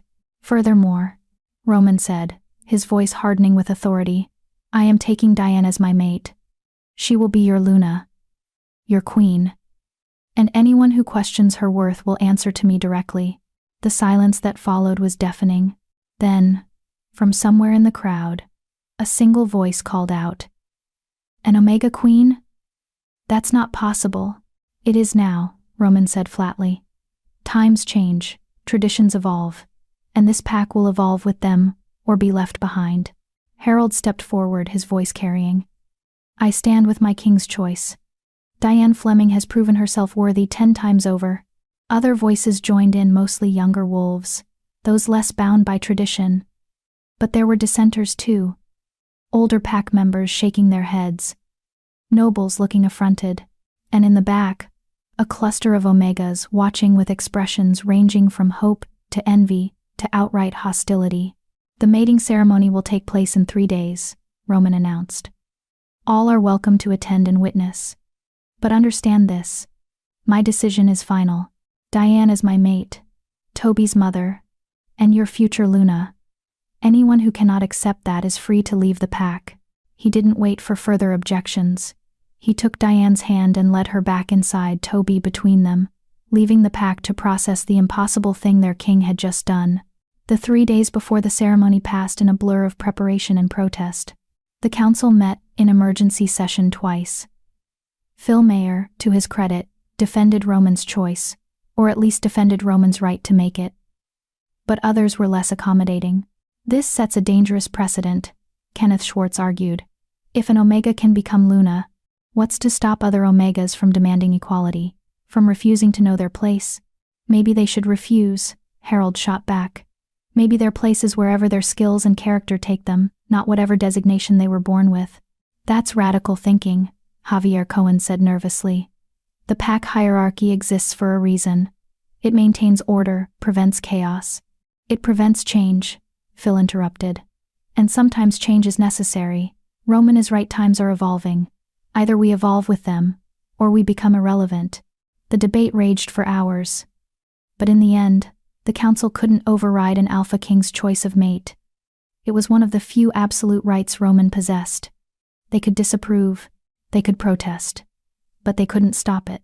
Meanwhile, Diane was dealing with her own challenges. The Omega servants had turned on her almost completely. Only Joe Shelton still spoke to her with any warmth. The others saw her as a traitor, an Omega who'd abandoned her own kind to climb into power. "You could have used your position to help us," Lynn Donovan said coldly when Diane tried to visit the servants' quarters. "You have the king's ear. You could have advocated for better treatment, better conditions, actual rights. But instead, you're just thinking of yourself."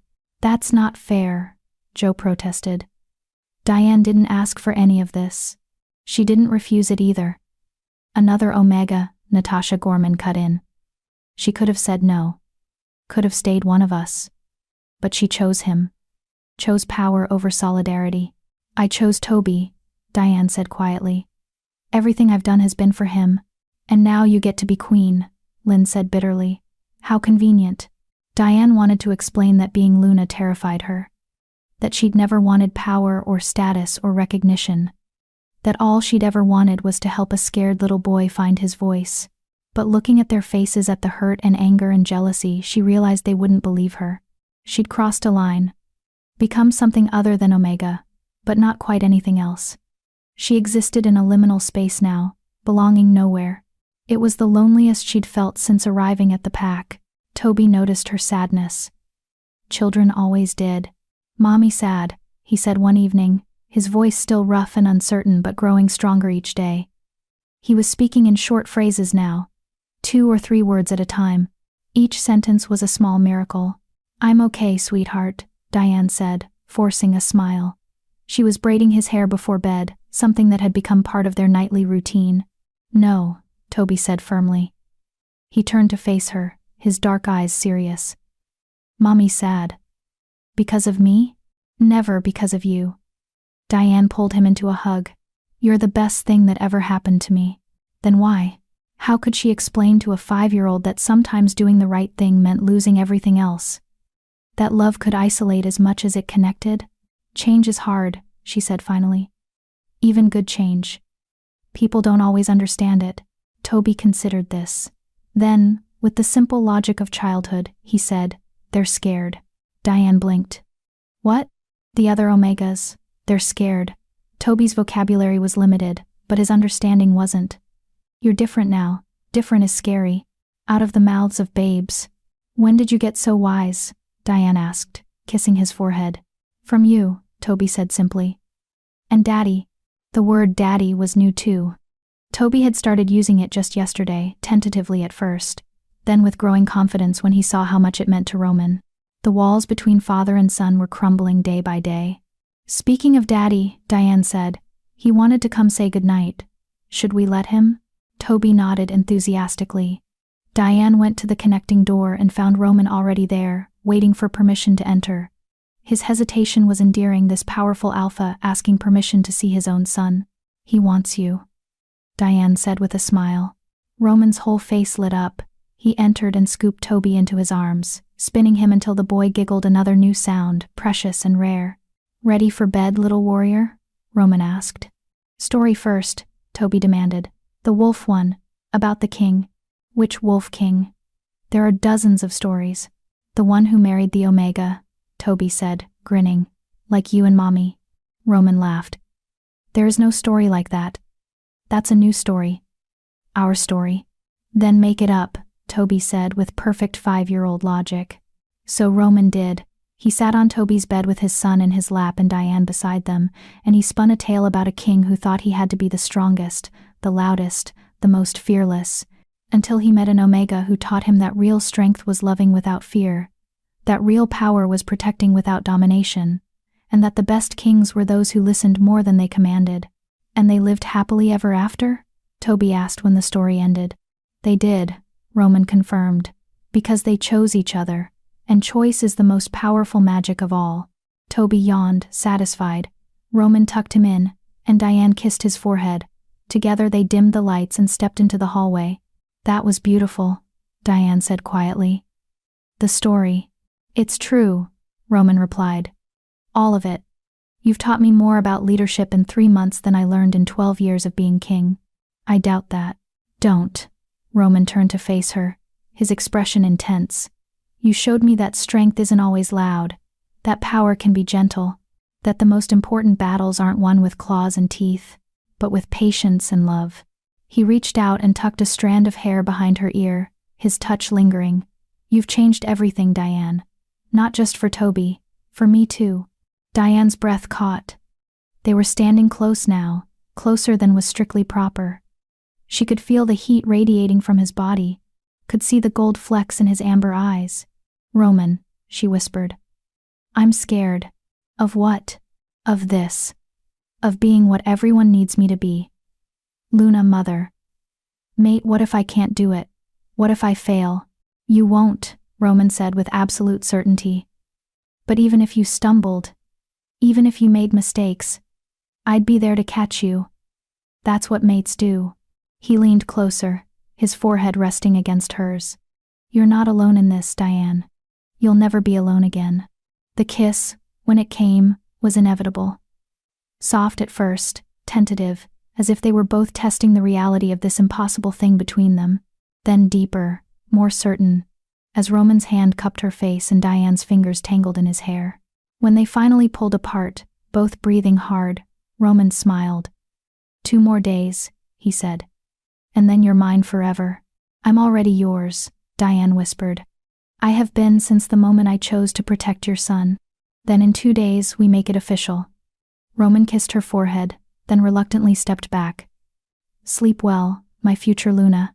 He left her in the hallway, and Diane touched her lips, still feeling the ghost of his kiss.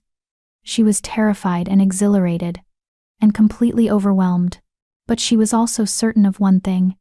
Whatever challenges lay ahead, they'd face them together. Her, Roman, and Toby. A family forged not by blood or tradition, but by choice and love, and the radical belief that anyone could be anything if given the chance to prove it. The night before the ceremony, Diane couldn't sleep. She stood at her window, watching the moon paint silver patterns on the gardens below.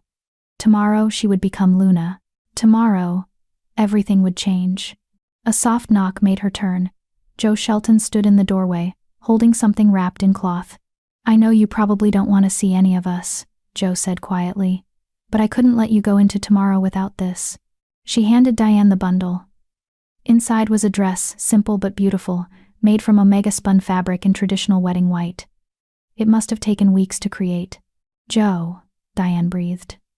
Did you? Not just me. Some of the others helped too, the ones who don't hate you. Joe smiled sadly. We're not all like Lynn.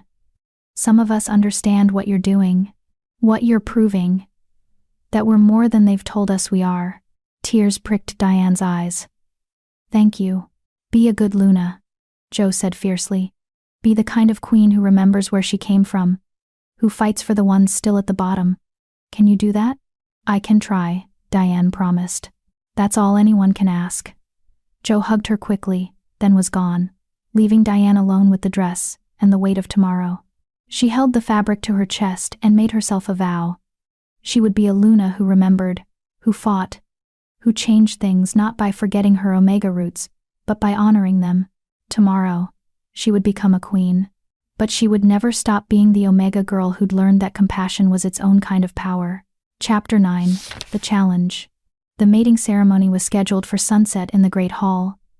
A symbolic time when day met night, when light merged with darkness, when impossible things became possible. Diane woke before dawn, her stomach churning with nerves. She wore the dress Joe had brought her, and when she looked in the mirror, she barely recognized herself. Not because the dress transformed her, it was simple, almost plain, but because of the expression on her face. She looked like someone who belonged. A knock sounded at her door. Come in, she called, expecting Joe or maybe one of the other servants. Instead, Roman entered, still in his sleep clothes, his hair mussed. I know I'm not supposed to see you before the ceremony, he said. But I needed to check that you hadn't run away. I'm not running, Diane said, though the thought had crossed her mind a dozen times during the sleepless night. Roman crossed to her and took her hands. Last chance. If you want to back out, I'll understand. I'll protect you regardless. You and Toby can stay here. And no one will force you into anything. You're giving me an out? Diane asked. On our wedding day? I'm giving you a choice, Roman corrected. Because that's what love is. Choosing each other every day, not because you have to, but because you want to. Diane squeezed his hands. I choose this. I choose you. I choose Toby. I'm scared out of my mind, but I'm not running. Relief flooded Roman's features. He pulled her into an embrace, breathing in her scent. Then tonight, you become my mate. My Luna. My equal. Your Majesty. Harold's urgent voice came from the hallway. We have a problem. Roman reluctantly released Diane and opened the door. Harold stood there, his face grim. The council has called an emergency session. They're demanding it happen before the ceremony. Of course they are, Roman muttered. What now? Kenneth Schwartz has invoked the right of challenge. The words fell like stones. Diane didn't know exactly what that meant, but Roman's expression told her it was bad. He can't, Roman said flatly. I'm the Alpha King. Who could he possibly? Not to you, Harold interrupted. To her. He's challenging Diane's right to become Luna. The blood drained from Diane's face. How is that even possible? It's an old law, Roman said, his voice tight with fury.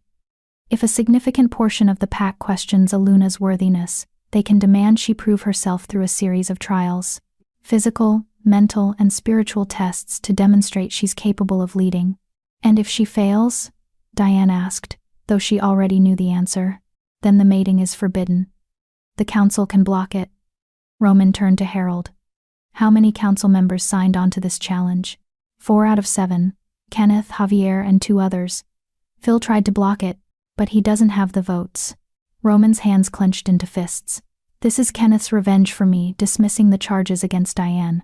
He's been planning this. What are the trials? Diane asked, her voice steadier than she felt. That's up to the council to design, Harold said.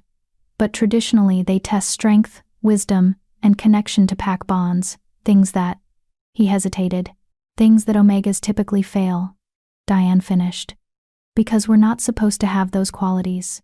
You do have them, Roman insisted. You're stronger than half my warriors, smarter than most of the council. And Toby loves you more than anyone. You can pass these trials. Can I? Diane looked at him, her fear finally showing. Or are they designed to make me fail? To prove that an Omega can never be Luna? The question hung between them, ugly and true.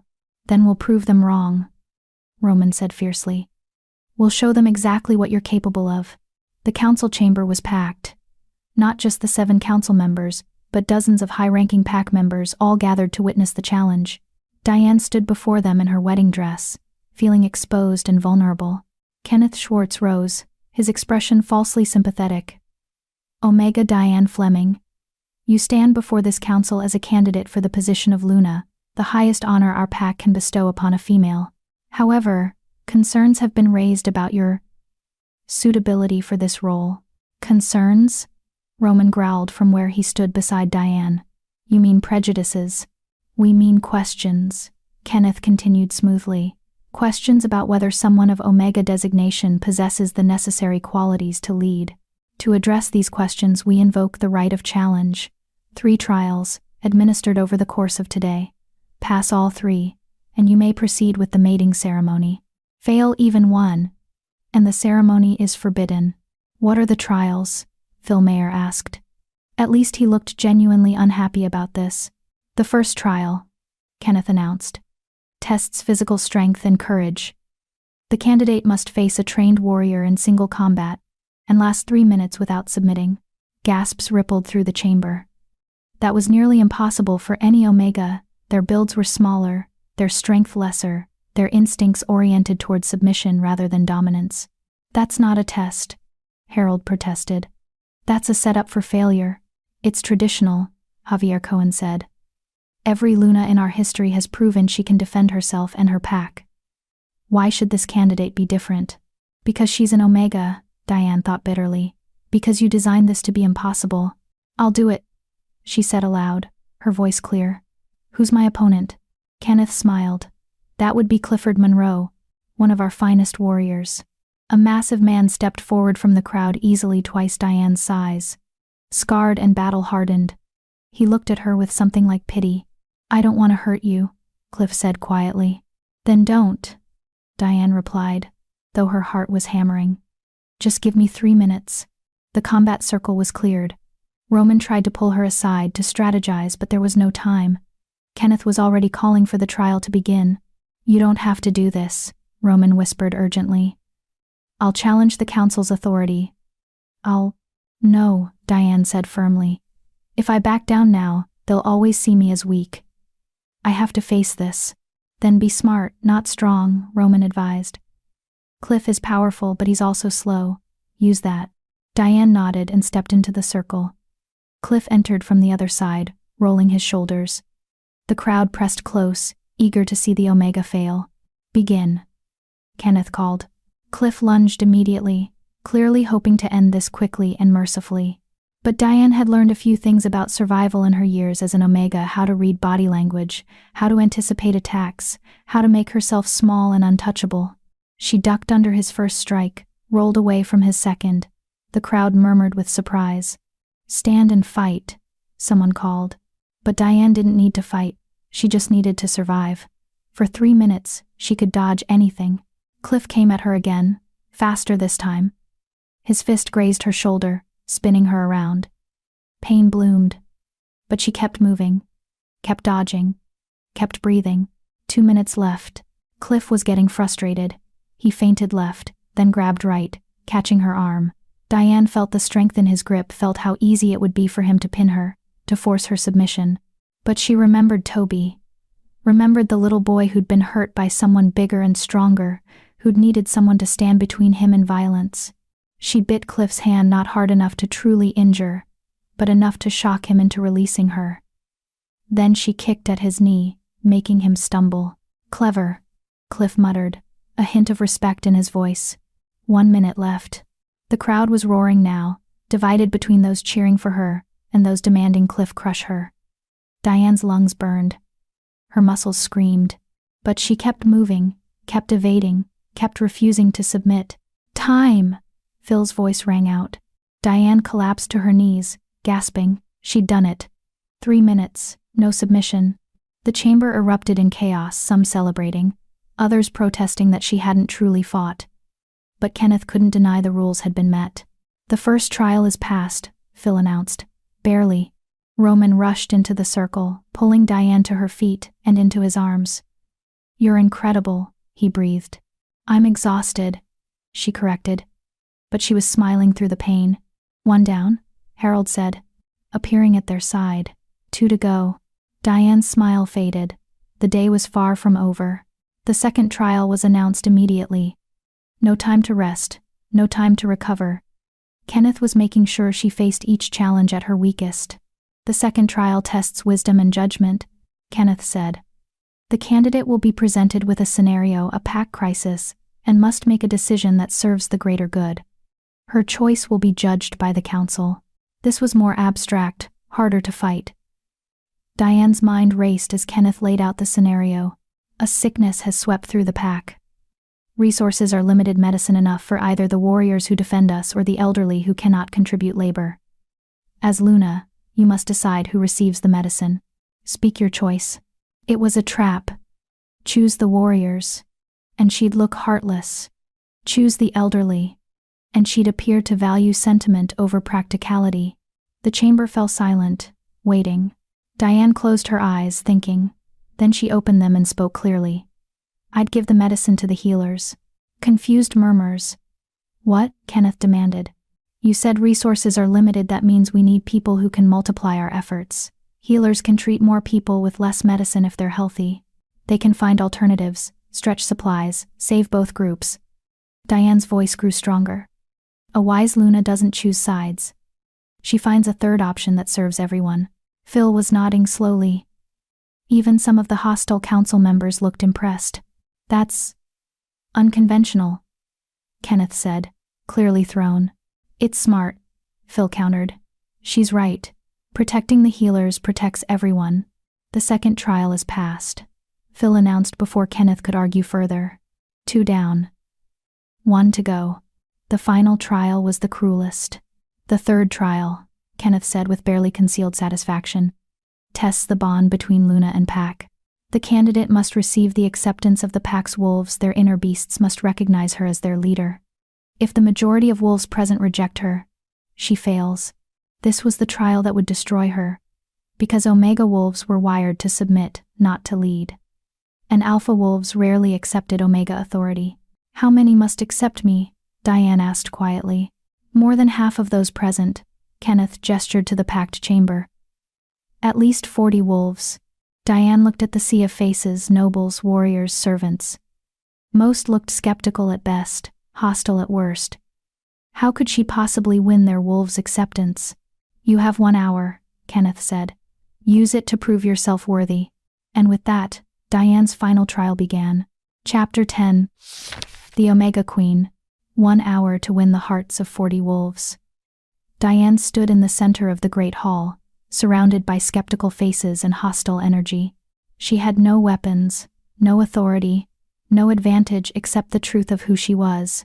Roman started to step forward, to speak on her behalf, but Diane held up a hand, stopping him.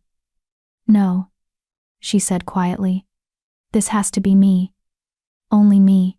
She took a deep breath and began to speak not to the people, but to their wolves. To the primal, instinctive parts of them that recognized truth when they heard it. I am Omega, she said simply. I won't pretend otherwise. I'm not the strongest fighter. I'm not the fiercest warrior. I don't have alpha blood or noble lineage. Everything about my designation says I shouldn't be standing here. The chamber was silent, listening. But I'm also a survivor. I lost my family to rogues when I was 7. I went silent for 2 years because the pain was too much to speak. I lived as a servant, invisible and powerless, because that's what Omegas do. We survive in the spaces between other people's notice. Diane's voice grew stronger.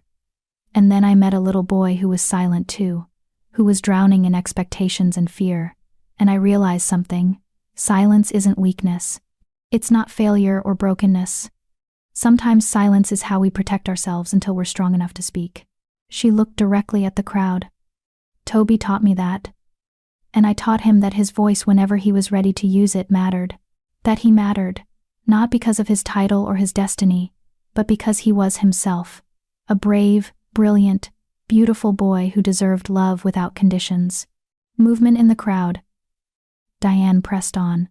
That's what I believe a Luna should be. Not the strongest or the loudest, but the one who sees every member of the pack, even the invisible ones. Even the Omegas who scrub your floors and wash your dishes and exist only to serve. Even the children who don't fit the mold. Even the broken ones who need time to heal. She turned slowly, making eye contact with as many people as possible. I can't promise I'll be a traditional Luna. I can't promise I'll always make the choices you expect. But I can promise this. I will fight for every single member of this pack, the powerful and the powerless, the alphas and the omegas.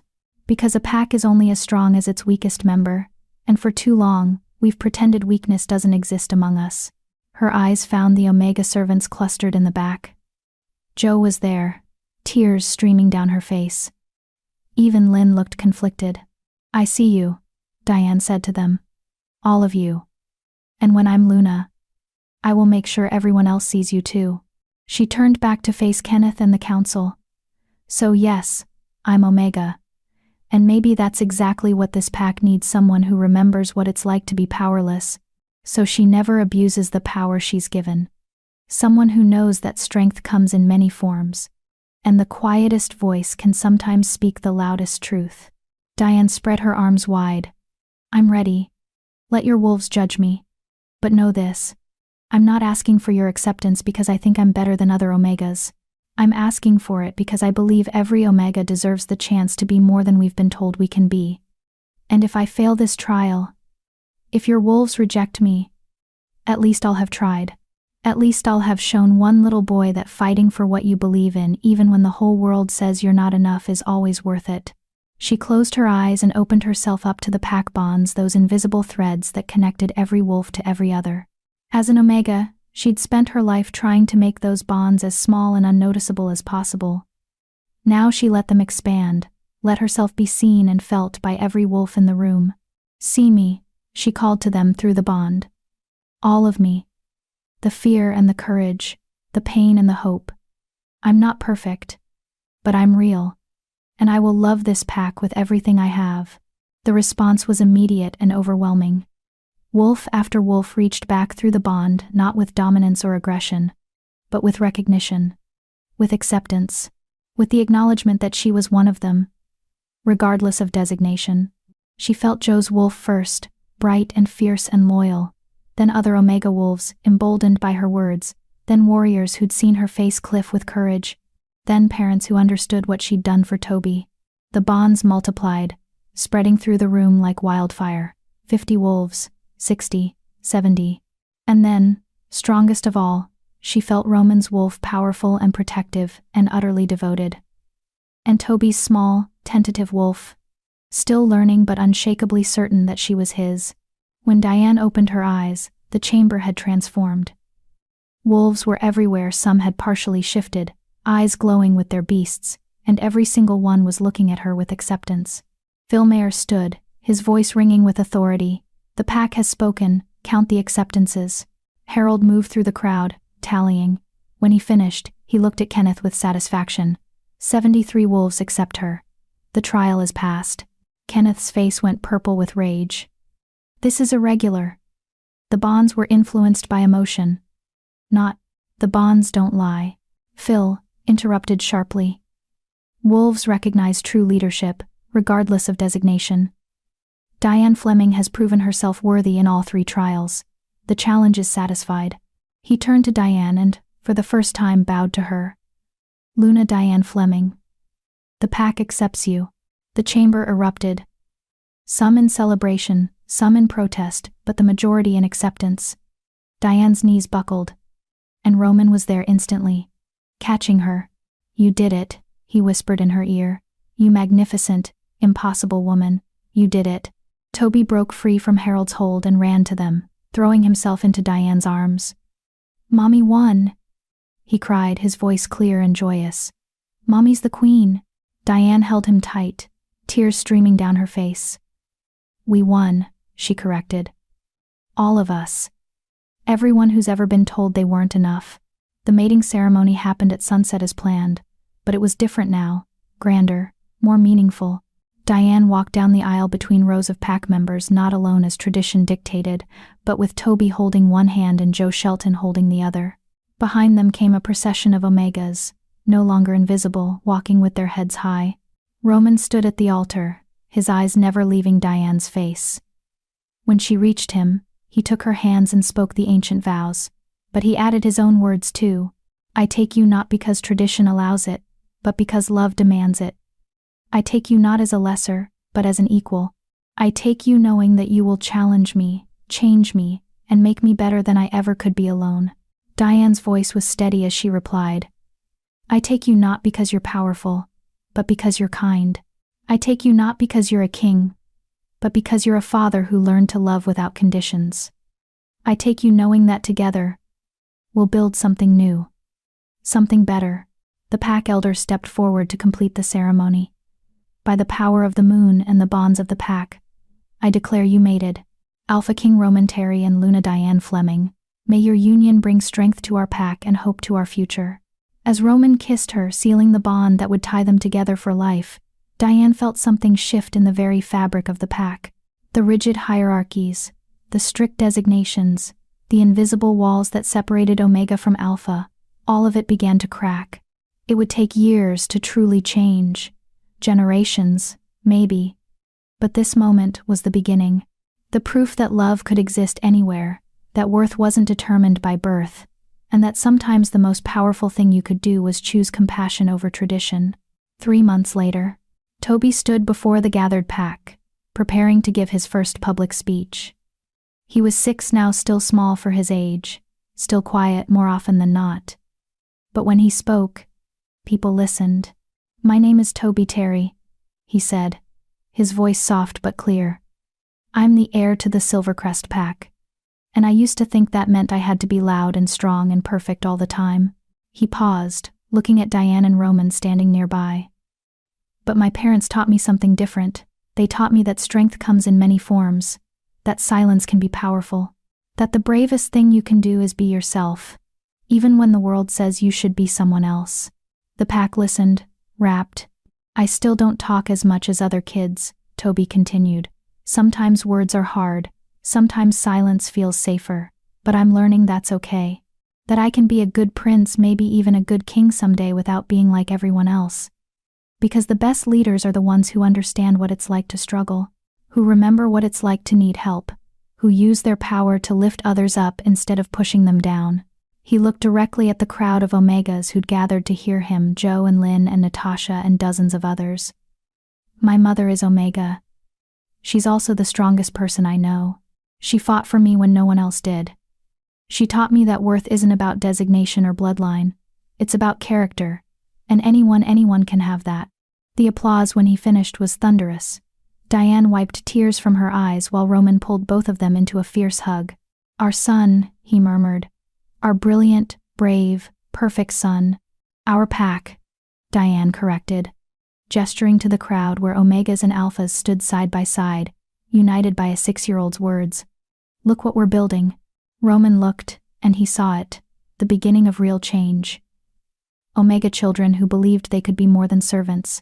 Alpha warriors who'd learned to respect strength. That didn't come from physical dominance.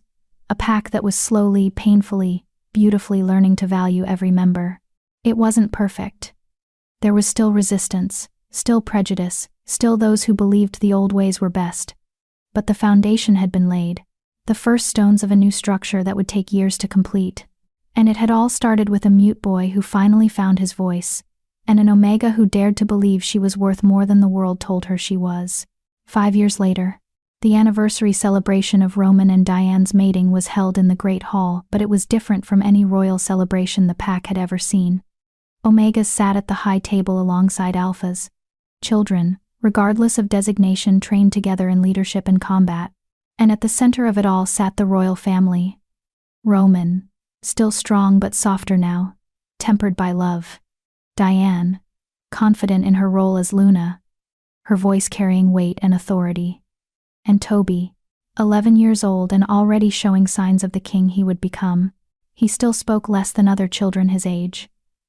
But when he did speak, his words carried the wisdom of someone who'd learned that silence could teach as much as sound. Mother, Toby said during a quiet moment in the celebration. Do you ever regret it? Becoming Luna? All the challenges and the fighting and the people who still don't accept you? Diane looked at her son, this beautiful boy who'd given her purpose when she had none, who'd called her mommy and changed her entire world.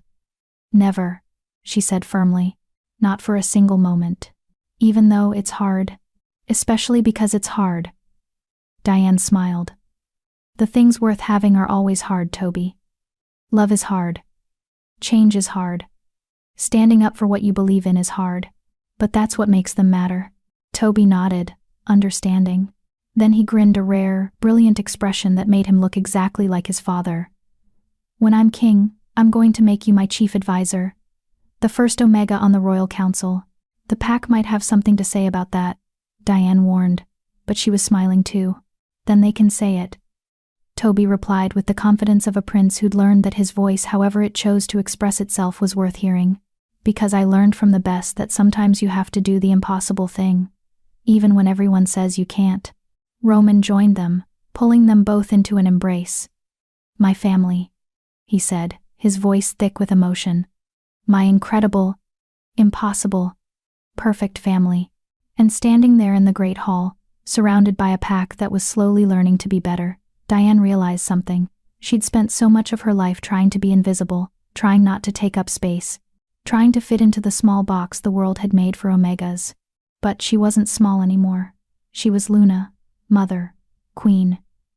And she would spend the rest of her life making sure that every Omega child in the pack knew they could be big too, that they could dream impossible dreams and fight impossible battles and win. Because if a mute prince could find his voice, and an Omega could become queen, then anything, absolutely anything, was possible. Epilogue, the legacy. 20 years later, King Toby Terry stood before his pack on the day of his coronation.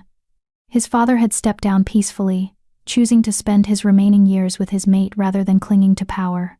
It was unprecedented, but then, the Terry family had made a habit of doing unprecedented things. Toby's voice was still quiet as he addressed his people. But every wolf in the territory leaned in to hear him, because they'd learned that the softest voices sometimes carried the most important messages. When I was 5 years old, Toby said, I couldn't speak. I was trapped in silence, convinced that if I opened my mouth, something terrible would happen. My uncle had hurt me, terrorized me, made me believe that my voice was dangerous. The crowd was completely silent, hanging on every word. But then an Omega servant, a woman named Diane Fleming, saw me. Really saw me. She didn't try to fix me or force me or make me into something I wasn't. She just loved me, patiently, unconditionally, until I felt safe enough to try. Toby's eyes found his mother in the crowd. Diane was older now, silver threading through her dark hair, but still strong, still fierce, still the woman who'd changed everything. My mother taught me that leadership isn't about being the loudest or the strongest. It's about seeing the people others ignore, fighting for those who can't fight for themselves, using whatever power you have to lift others up. He paused, letting the words sink in. That's the kind of king I want to be. Not because my designation demands it, but because my mother showed me what real strength looks like. And today, I honor her legacy by announcing my first royal decree. Murmurs rippled through the crowd. Effective immediately, pack designation will no longer determine a wolf's opportunities. Omegas will be eligible for the Royal Council, for warrior training, for any position their skills and character qualify them for. We will judge wolves by their actions, not their birth. The hall erupted, some in celebration, some in protest. But Toby's voice cut through the chaos. This pack was built on the idea that some wolves are worth more than others. But my mother proved that idea wrong. And I will spend my reign making sure every wolf in this pack knows their worth, regardless of designation, regardless of voice, regardless of anything except their willingness to contribute to something bigger than themselves. He raised his voice for the first time, letting his alpha power ring through the hall.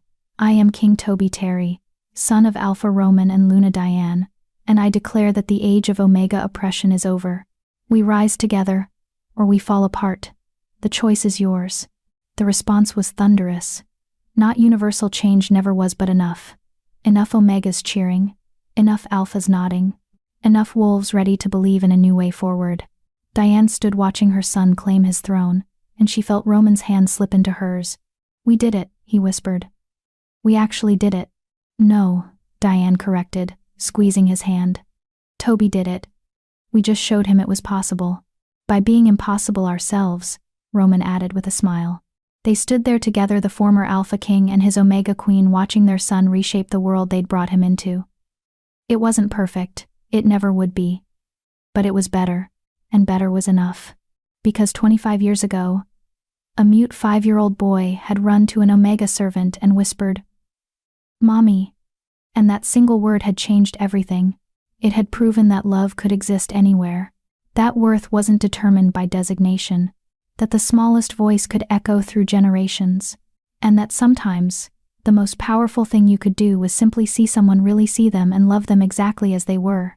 That was the legacy of Luna Diane Fleming, and it would endure long after she was gone.